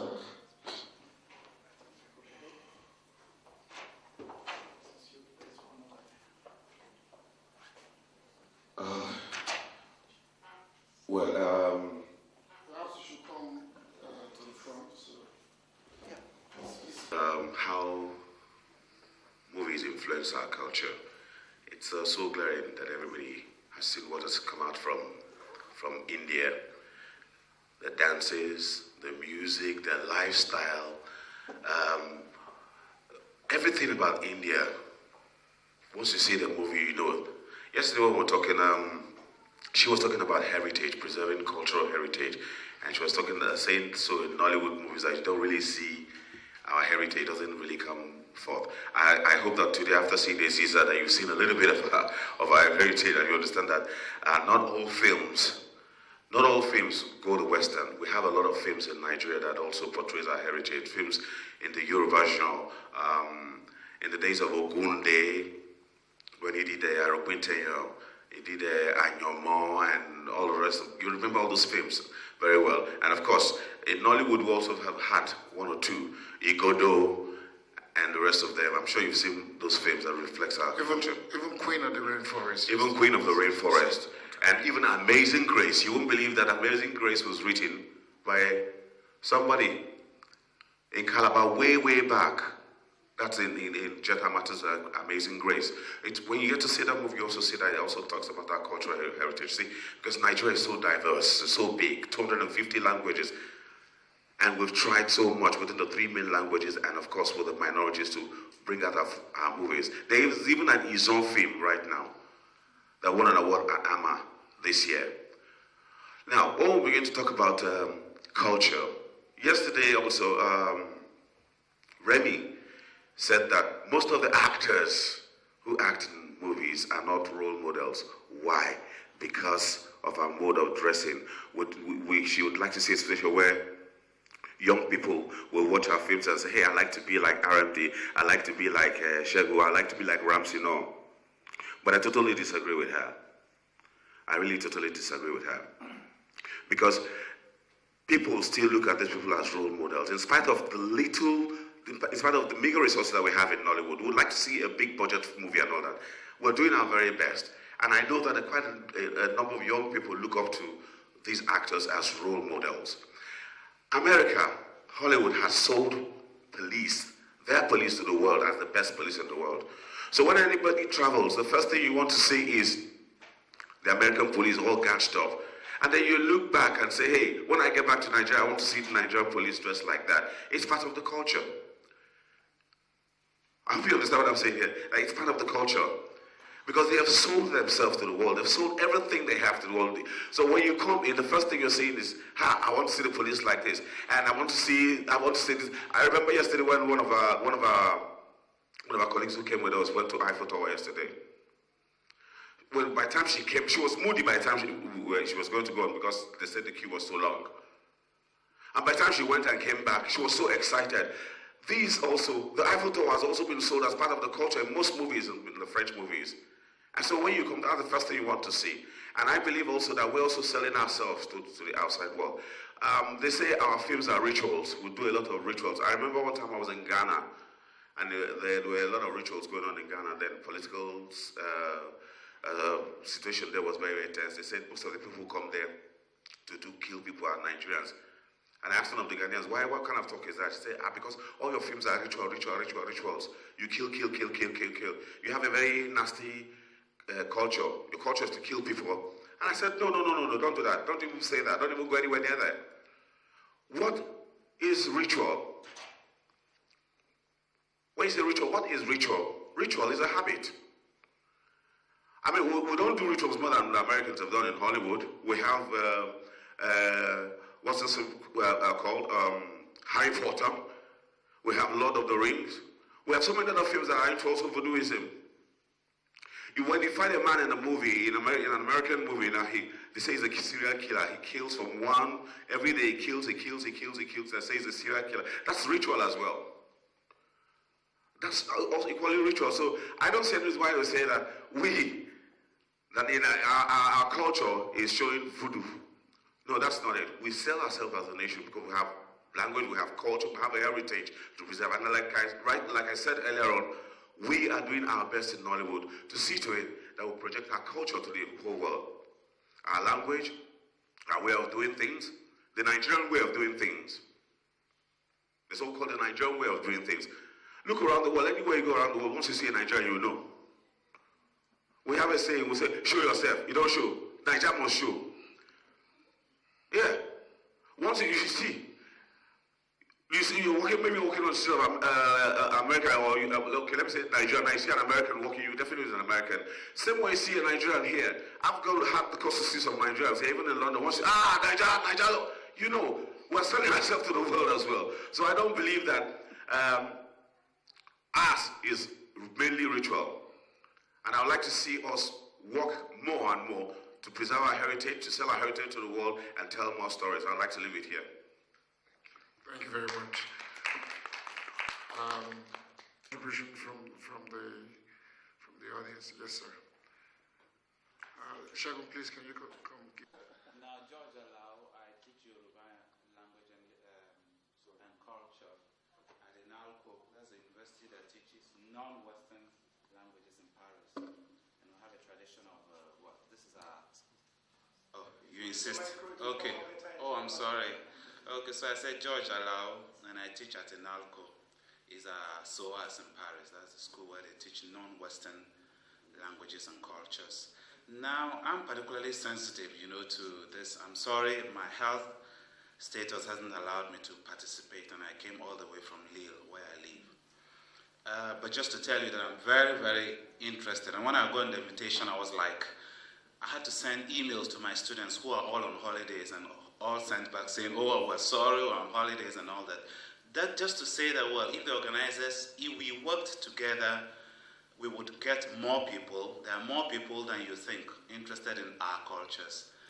Now, the point I wanted to make was, since I teach, Yoruba language and culture, I will just restrain myself to Yoruba language and culture. Contrary to what may have been said yesterday, there's a lot on the cultures, Nigerian cultures in the films. I use the films a lot. I mean, the CVDs or VCDs. I use them a lot.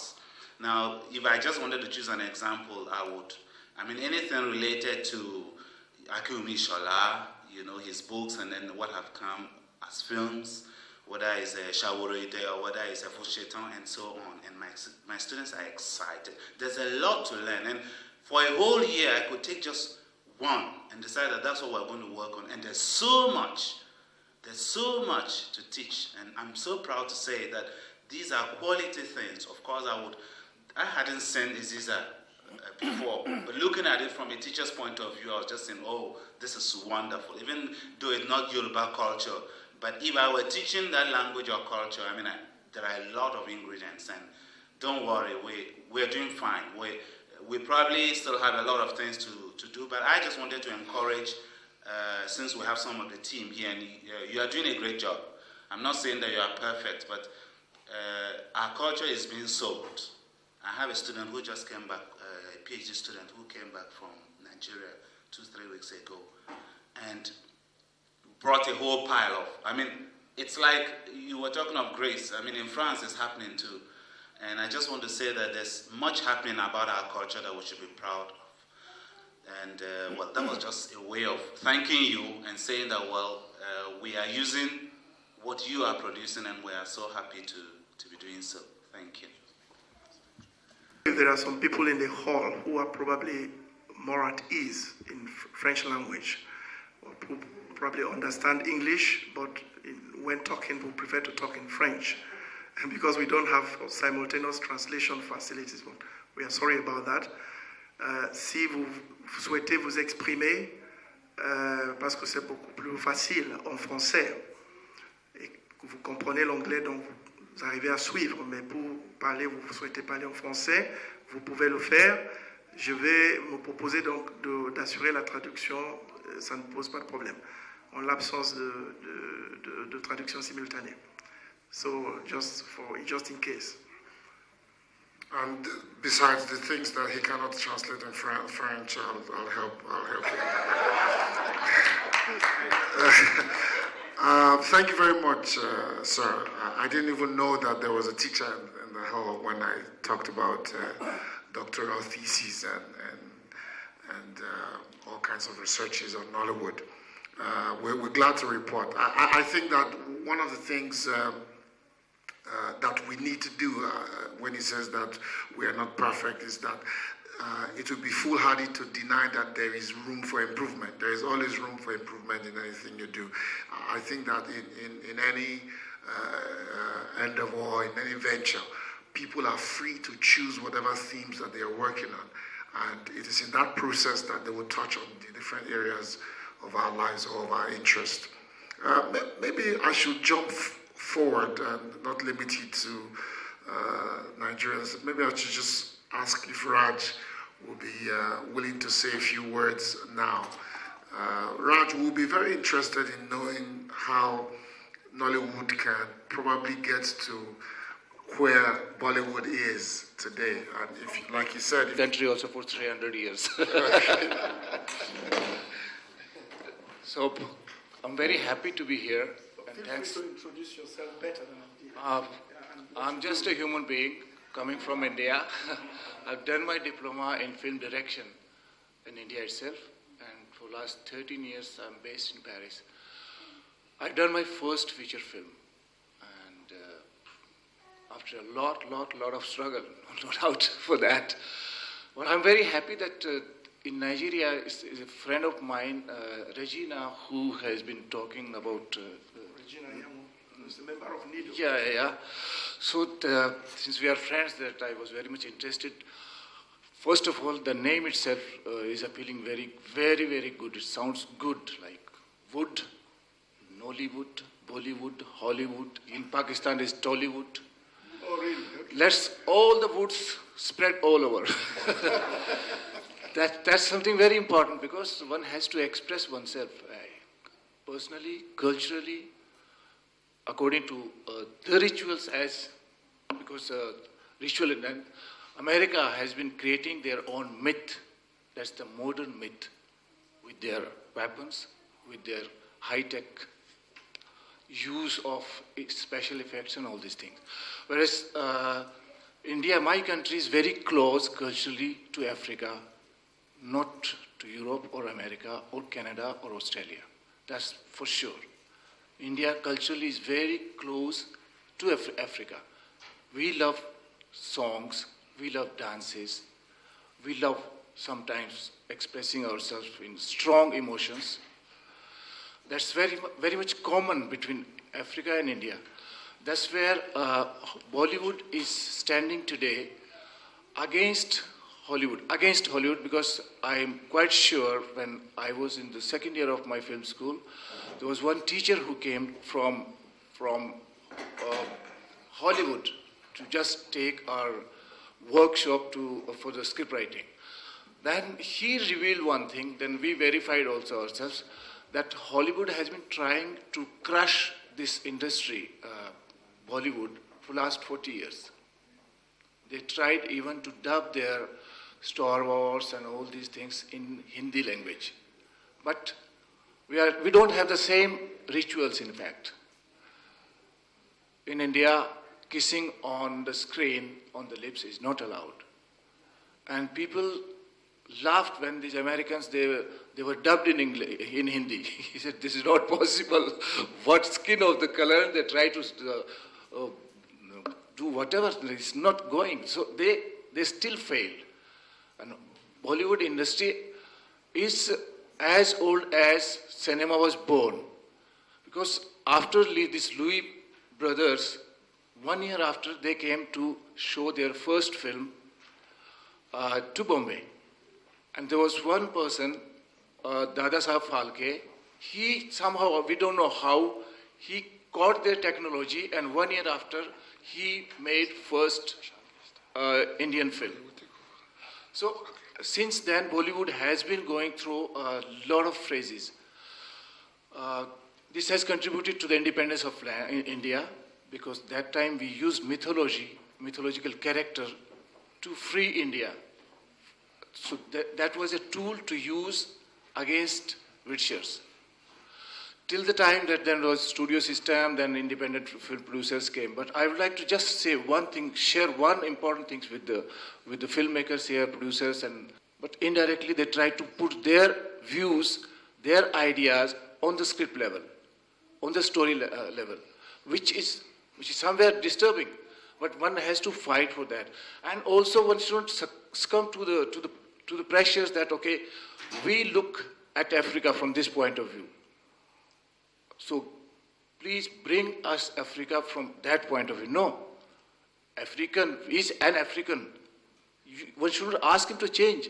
If he wants to change, this is the liberty, personal liberty and artistic liberty also.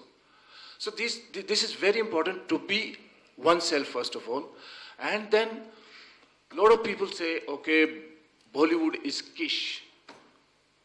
I heard in the beginning of my years here, I said, okay, I've been listening. Now, how many people are talking here of Bollywood?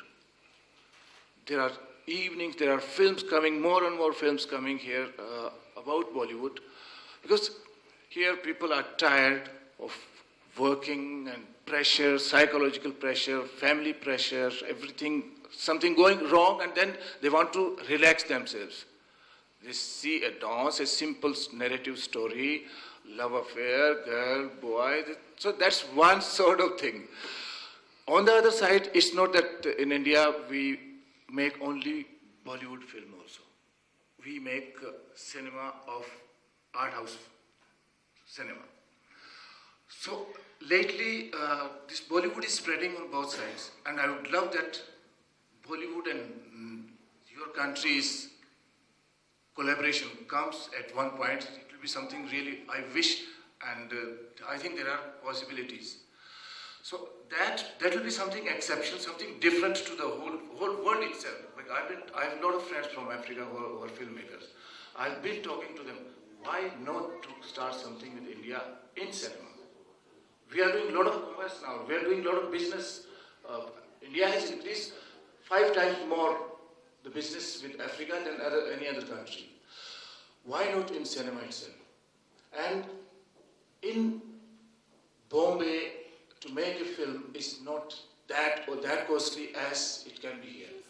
So one of my friends from Ivory Coast, he got the grant from here just to bring the shooting material from Paris to Abidjan. He paid 300,000 francs. With that 300,000 francs, we can finish the shooting in India. Raj, one question I'd like to ask very quickly is, how did Bollywood films get into the world? What's the distribution channel? Yeah, for that, first of all, it's better to say something about the production part of it, because distribution comes much later. Production is that, like Amitabh Bachchan, you know the names of this, the Dharmendra and Shah Rukh Khan. Once a producer approaches them, he has nothing with him. He has the setup. So he says, I will sign Shah Rukh Khan. Shah Rukh Khan will negotiate the things. Okay, on what price? He said, I give you Bombay territory. Whatever returns are coming from Bombay territory is your luck. And after that, India is divided into 17 territories. Then the distributors, they pool in money. Each one according to the size of the territory. And then the music itself is sold before the film is made. So this is the whole system they have developed over the years, and then they have a strong international market, I can say, onto East European countries. Strong, and that is the network they have developed. I'm talking about the international market, is a very, very long history. Because then I'm coming to the same point which I started, that these films are based on emotions. You don't have any psychological problem which we can find in the West, above all in French cinema. I can very clearly say. It happened with me. I was in Corsica, this Electricity of France. They took my film to show in their holiday centers. I was in Corsica. There were 10 screenings in 10 different places. So one evening, somebody came. He said, I wanted to bring my wife for the film. She said, no, I don't want to have the headache. She thought that it's a French film. So he said, I'm sorry for my wife, I've seen the film. So I got one indication that they are fed up of seeing all these problems. One has to relax a bit also. And then after that, I'm talking, this is international market. First thing is that if Nigeria can develop really their distribution network, which is really very important. That is where we are now, because we know that with distribution, with effective distribution, content will improve, every other thing will improve. Unless, how do you prevent people from, the distributors in one territory, for instance in India, from encroaching in the other territory? This is very complicated. All over the world, as you told that there are some films made on cinema, on real format of film, celluloid. The problem, everybody is facing this problem. Today, you can't stop the piracy of DVDs. That's very, very difficult. For that matter, one has to start making the film on celluloid first. Because this electronic medium is still not organized. You can make 100 copies, anybody can pirate it. Once one DVD is out in the hand of somebody, and it's gone. It's very difficult very, very difficult to control the piracy. And piracy means you are losing your investment. How can you recover your money, which you, even if you have put 10 euros, you can't recover it. You're on losing end. So one thing is very important, to start on cellulite. Even if it's 16 mm, doesn't matter. This can be blown in 35. But for that matter, one has to have another structure, that is the cinema halls. This is really very, very important. Otherwise, we cannot come out. My film, I'm telling you, we have not made the DVDs, and wherever we send the DVDs for the festivals, national, international festival, whatever festival, it's a contract we write. Okay, they respect it also. So only one thing can save for them for the moment, because it's just coming up. In India, I tell you how they have stopped piracy of okay, I'm interested in that. You close with that. Yeah. So earlier they used to bring 100 prints, 200 prints. And the day before the film is released in the cinema houses, already DVDs were out. How come? Because the producer, he didn't make the DVD. He didn't make the DVD. How come it has come from where? The pirates, they get into the lab, they pay the bribe, and overnight they get one copy only, and after thousands of, hundreds and thousands of copies are done. So what they are doing now, 5-6 trucks are waiting outside the lab. One of their guys is day and night is there inside the lab, and they come out with 2,000, 3,000 prints same time, and by air it's delivered all over India. So the DVD is coming much later. They have controlled it like that. It is costing at one go a lot of money, because taking out. Okay, so what they do is that they flood the market with the they flood the market with the print. So that way the pirates don't have. Don't, because they are watched now. They put one man inside, and to make the DVD, you have to go through the technical process. That is stopped now, right from the beginning. So that is it's costing a lot in the beginning to them, but at the same time, it's good that all India, the same day, the film is released, and within one week, if the returns are there, everybody's happy. Everybody's happy. Raj, I want to thank you very much for your contribution. Thanks a lot, it's me. Thank you.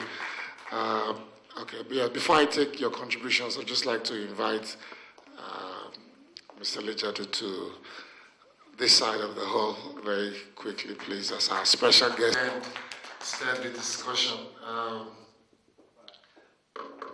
I'm trying very hard to be as much as you can do so. To my dismay, I was asked to fill in your shoes, and I don't know how that is possible. I look at your feet, and I think I should fit into your shoes. No, sit down. I was here, really. I was happy that you were going to take the time. I mean, I was at the back of the room when you were being introduced. So I went back to my meeting. I'm sorry. We have the beginning of an expert meeting on administration and finance today, so I had to be there this morning. So that's why I wasn't here. But I was very happy to hear what was going on. And it's a pity the gentleman left, because I would have liked. Yes. He's still here. Ah, there you are. Good. Because I would have liked to ask you one or two questions. First, I'm very happy you're here, and I'm very happy you're here. Good. Yeah, me too, sir. Yes, and I think it's a very, very good thing to be able to exchange experience, because your background and your experience is very, very similar to us. I mean, when we're talking about comparisons, it is easier for us to compare ourselves with you and the state of cinema in your country than to start comparing ourselves with Hollywood. And in any case, that is not a direction we necessarily have to go.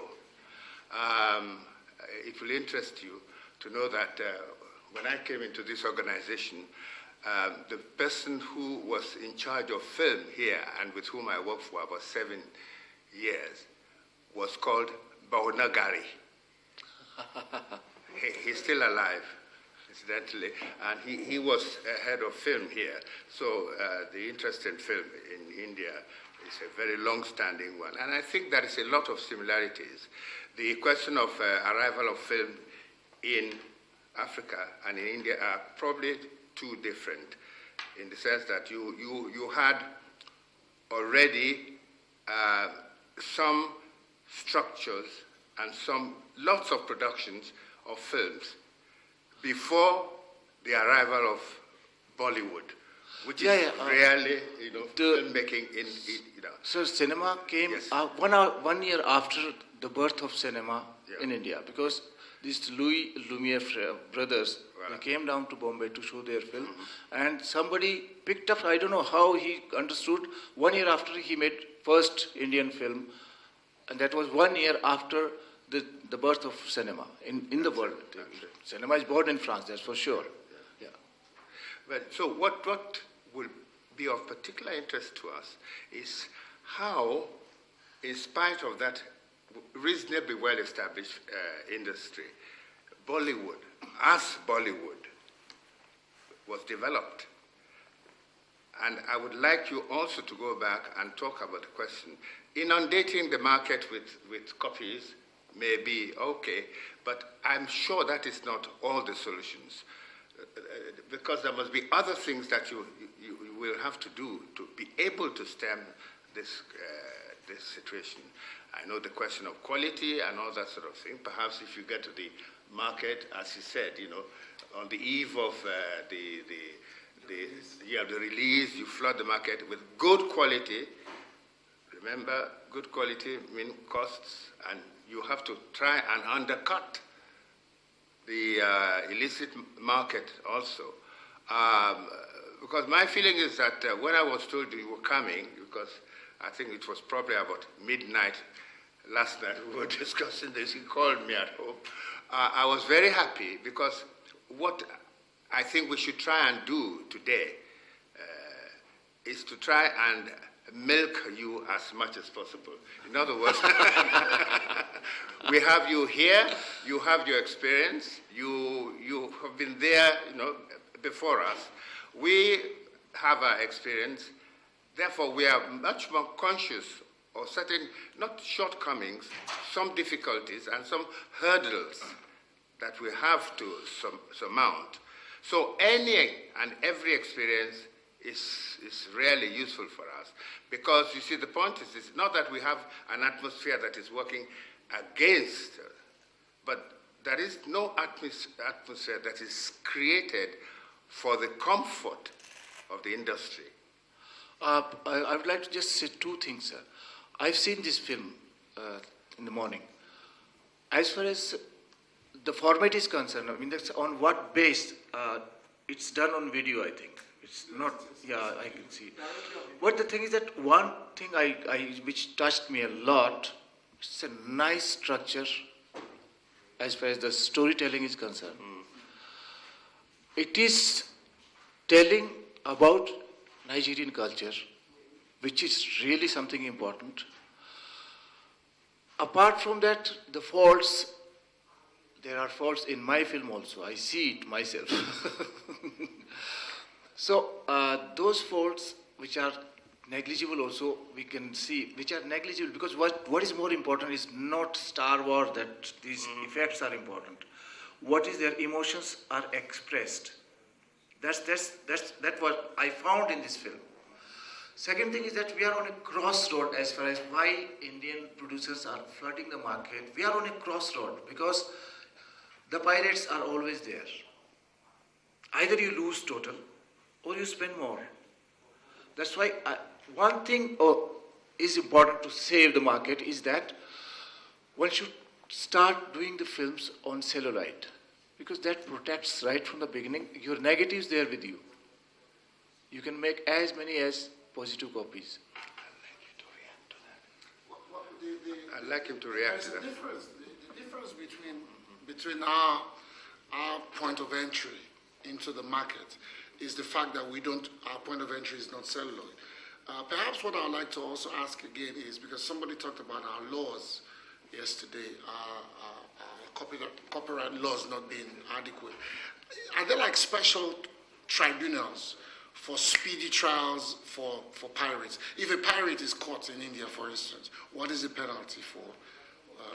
What kind of punishment? Before in July 2004 in Paris itself, there was a big conference from Rotterdam and other European countries. This Hubert Balfans, Madame Balotra, everybody was there. I was also there. They were talking that time to create certain kind of structure, certain kind of restrictions, certain kind of rules for DVD market.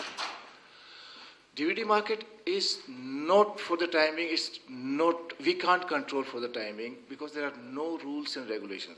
Then I had in International Film Festival of AMIA, there it was in every festival, wherever is a festival, there is this problem coming up. It's not only here.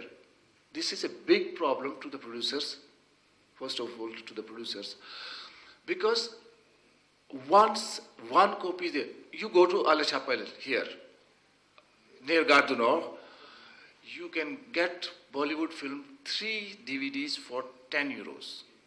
How is it possible? I mean, how it is possible? Because these are pirated things. Now, the producer over there doesn't... In India, again the same problem. They don't consider it a market for the timing, no. Television is a market because they give the right to the television for how much time, what prime time, or for how long they want to use the film. But DVD, they don't even consider small iota as a market. Okay. They know that it's gone. Once it's out, it's gone. Well, what is the punishment for a pirate that is caught, for instance? If somebody is caught with pirated DVDs in India of a film that is already in the cinema, what does the law do to... First of all, it's very difficult to catch a guy. Really, I tell you.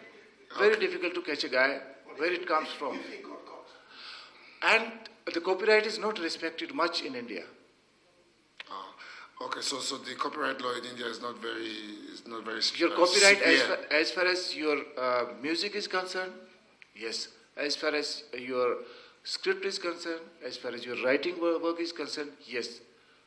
But as far as this DVD is concerned, there's nothing clear. Not only there, here also. I talked to my co-producer here. I said, what to do? He said, listen, we will do one thing. We'll have a lump sum deal with the distributor that you take everything. You give us this much because we can't control. It seems to me that it's almost hopeless.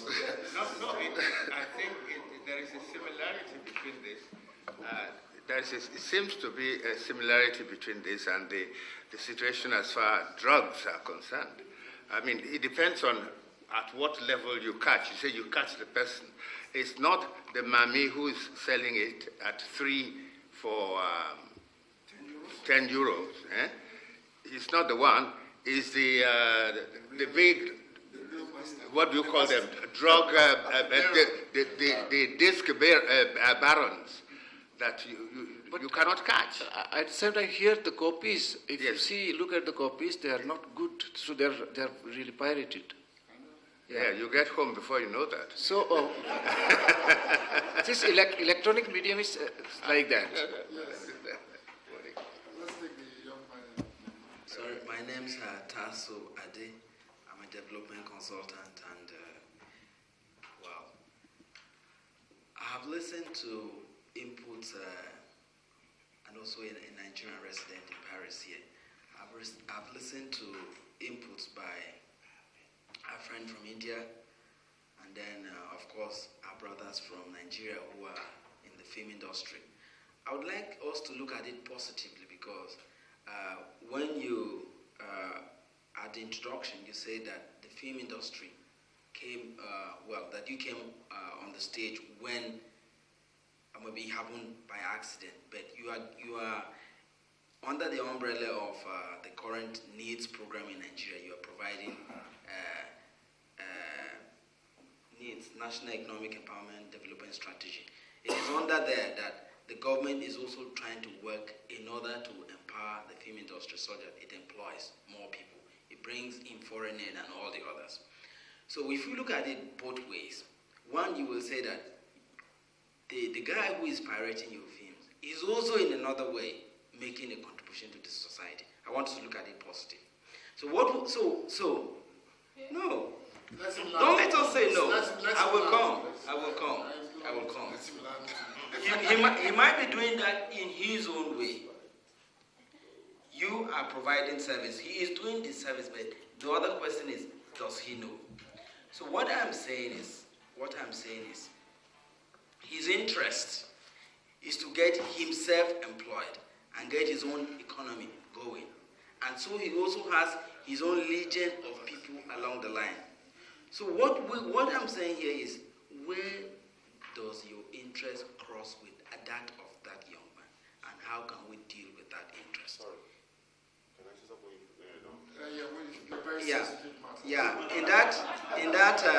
In that perspective, therefore, I can say that, well, do we have something to offer this young man?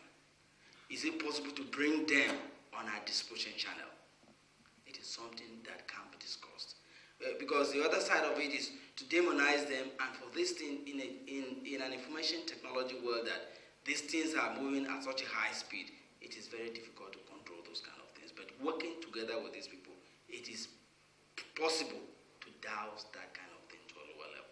On the other side of it as well, you can also work with civil society, because some other time when you look at things, people that give bribe and people that receive, most often, some people don't know exactly what they are doing or the damage they are doing to the economy. Are we able to enlighten those kind of people? So we can look at it in both ways. Reaction, because I know that everybody's going to react to this. What you've just said is on two fronts. The difference between a pirate and an arm robber is the gun. That's just it. Now, you're saying we should collaborate with them. That is, we should encourage somebody to steal. That's what you're saying. Now, that's what it amounts to. It amounts to feasting on somebody's intellectual property. Let me paint a picture for you. I sweat all day. I dig the ground. I lay cables. The sun beats me. The rain comes, but I must beat that line and finish work. I finish and I stand on the queue and collect my money from the paymaster. And I go home. And then the thief comes and takes my money at gunpoint. And I say, oh, you're a very nice man. Can I collaborate with you? That's what it is about you're saying. You understand? For me, I do not see anything. Something as bad is bad. Piracy is bad, and it should be condemned in its totality. I don't believe in encouraging pirates.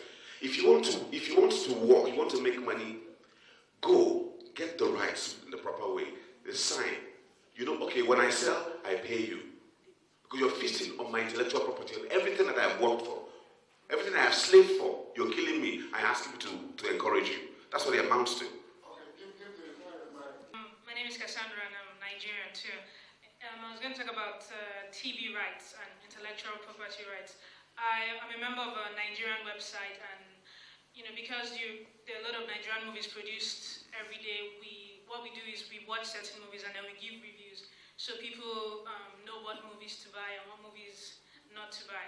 And one of the things that came up, because sometimes there was a time when they started downloading a lot of Nigerian movies, and I think I share his sentiments with pirates. I don't think there's anything good about it. You're stealing other people's hard work and they're not even getting any returns. And so I complained that you guys are killing the industry. And one of their major problems was that they didn't know where to get original copies. So you have people who go to Nigeria and they get one DVD and then they dub it and they sell, most of them have websites, structured websites where they sell pirated copies. And so when you don't know even how to detect a real, an original copy of a VCD and from the pirated copy, then you buy from it. So most people don't even know, there's no proper distribution channel where you know, okay, if I go here, this is where I'm going to get the proper DVD, and I know that they have an arrangement with the producers and the directors, and the money is going to go back to them. Another thing also is TV rights. When we were having lunch yesterday, he was talking about when he went to Uganda, And, he was coming out from a hotel one night and the whole street was quiet. And it turns out that was the day they showed Nigerian movies. And everyone likes to stay at home to watch Nigerian movies. And, I was talking with Uncle, I forgot his name, Lee Jordan. And we were asking, do these TV people, do they pay the producers? Do they get the TV rights from them? Or do you just get DVDs and then slot in, you make money, you pay advertisers, pay you, you make money, but nothing goes back to the people in Nigeria. And it's a very serious problem because a lot of people say, oh, Nigerian movies are shown on African television, but I don't think these marketers know that their products are being showed in other countries and they're not getting any returns. In terms of a solution, I think maybe you'd have representatives in certain African countries, because a lot of Nigerian movies are being shown in African countries and nothing is getting back. So maybe if you'd have representatives to sort of report these issues so that something can be done about it, because I think it's intellectual theft. You pay, advertising costs a lot of money. And you can imagine if someone wants to sell his product, he knows everyone is going to be watching a Nigerian movie, how much is going to pay to that TV station. They get money and we don't get anything. We can't develop our own movies. We can't do better stuff with our own movies because people are stealing from us. Something needs to be done. Okay. Well, actually, I'm a journalist, so usually I'm supposed to listen to you. Well, I can say a couple of words from the point of view of the media. So I'm a reporter for the BBC World Service, and I'm doing quite a lot of reporting on the African cinema as well. So I've done quite a lot of films from French-speaking Africa. So I have discovered Nollywood quite recently, and well, my colleague from the World Service, he's done a special series, terrific, about a year ago, special 2 series about Nollywood. So I can tell you, this is a phenomenon which is regarded by the media mostly as a phenomenon. Well, I don't think a lot of people know about Nollywood outside of Nigeria, and even in the French-speaking Africa, I think not a lot of people know about it. So what I just think to suggest, I have been to FESPACO last year, and I can't remember seeing any Nigerian film there. Although it's probably the most important and the biggest forum for African film.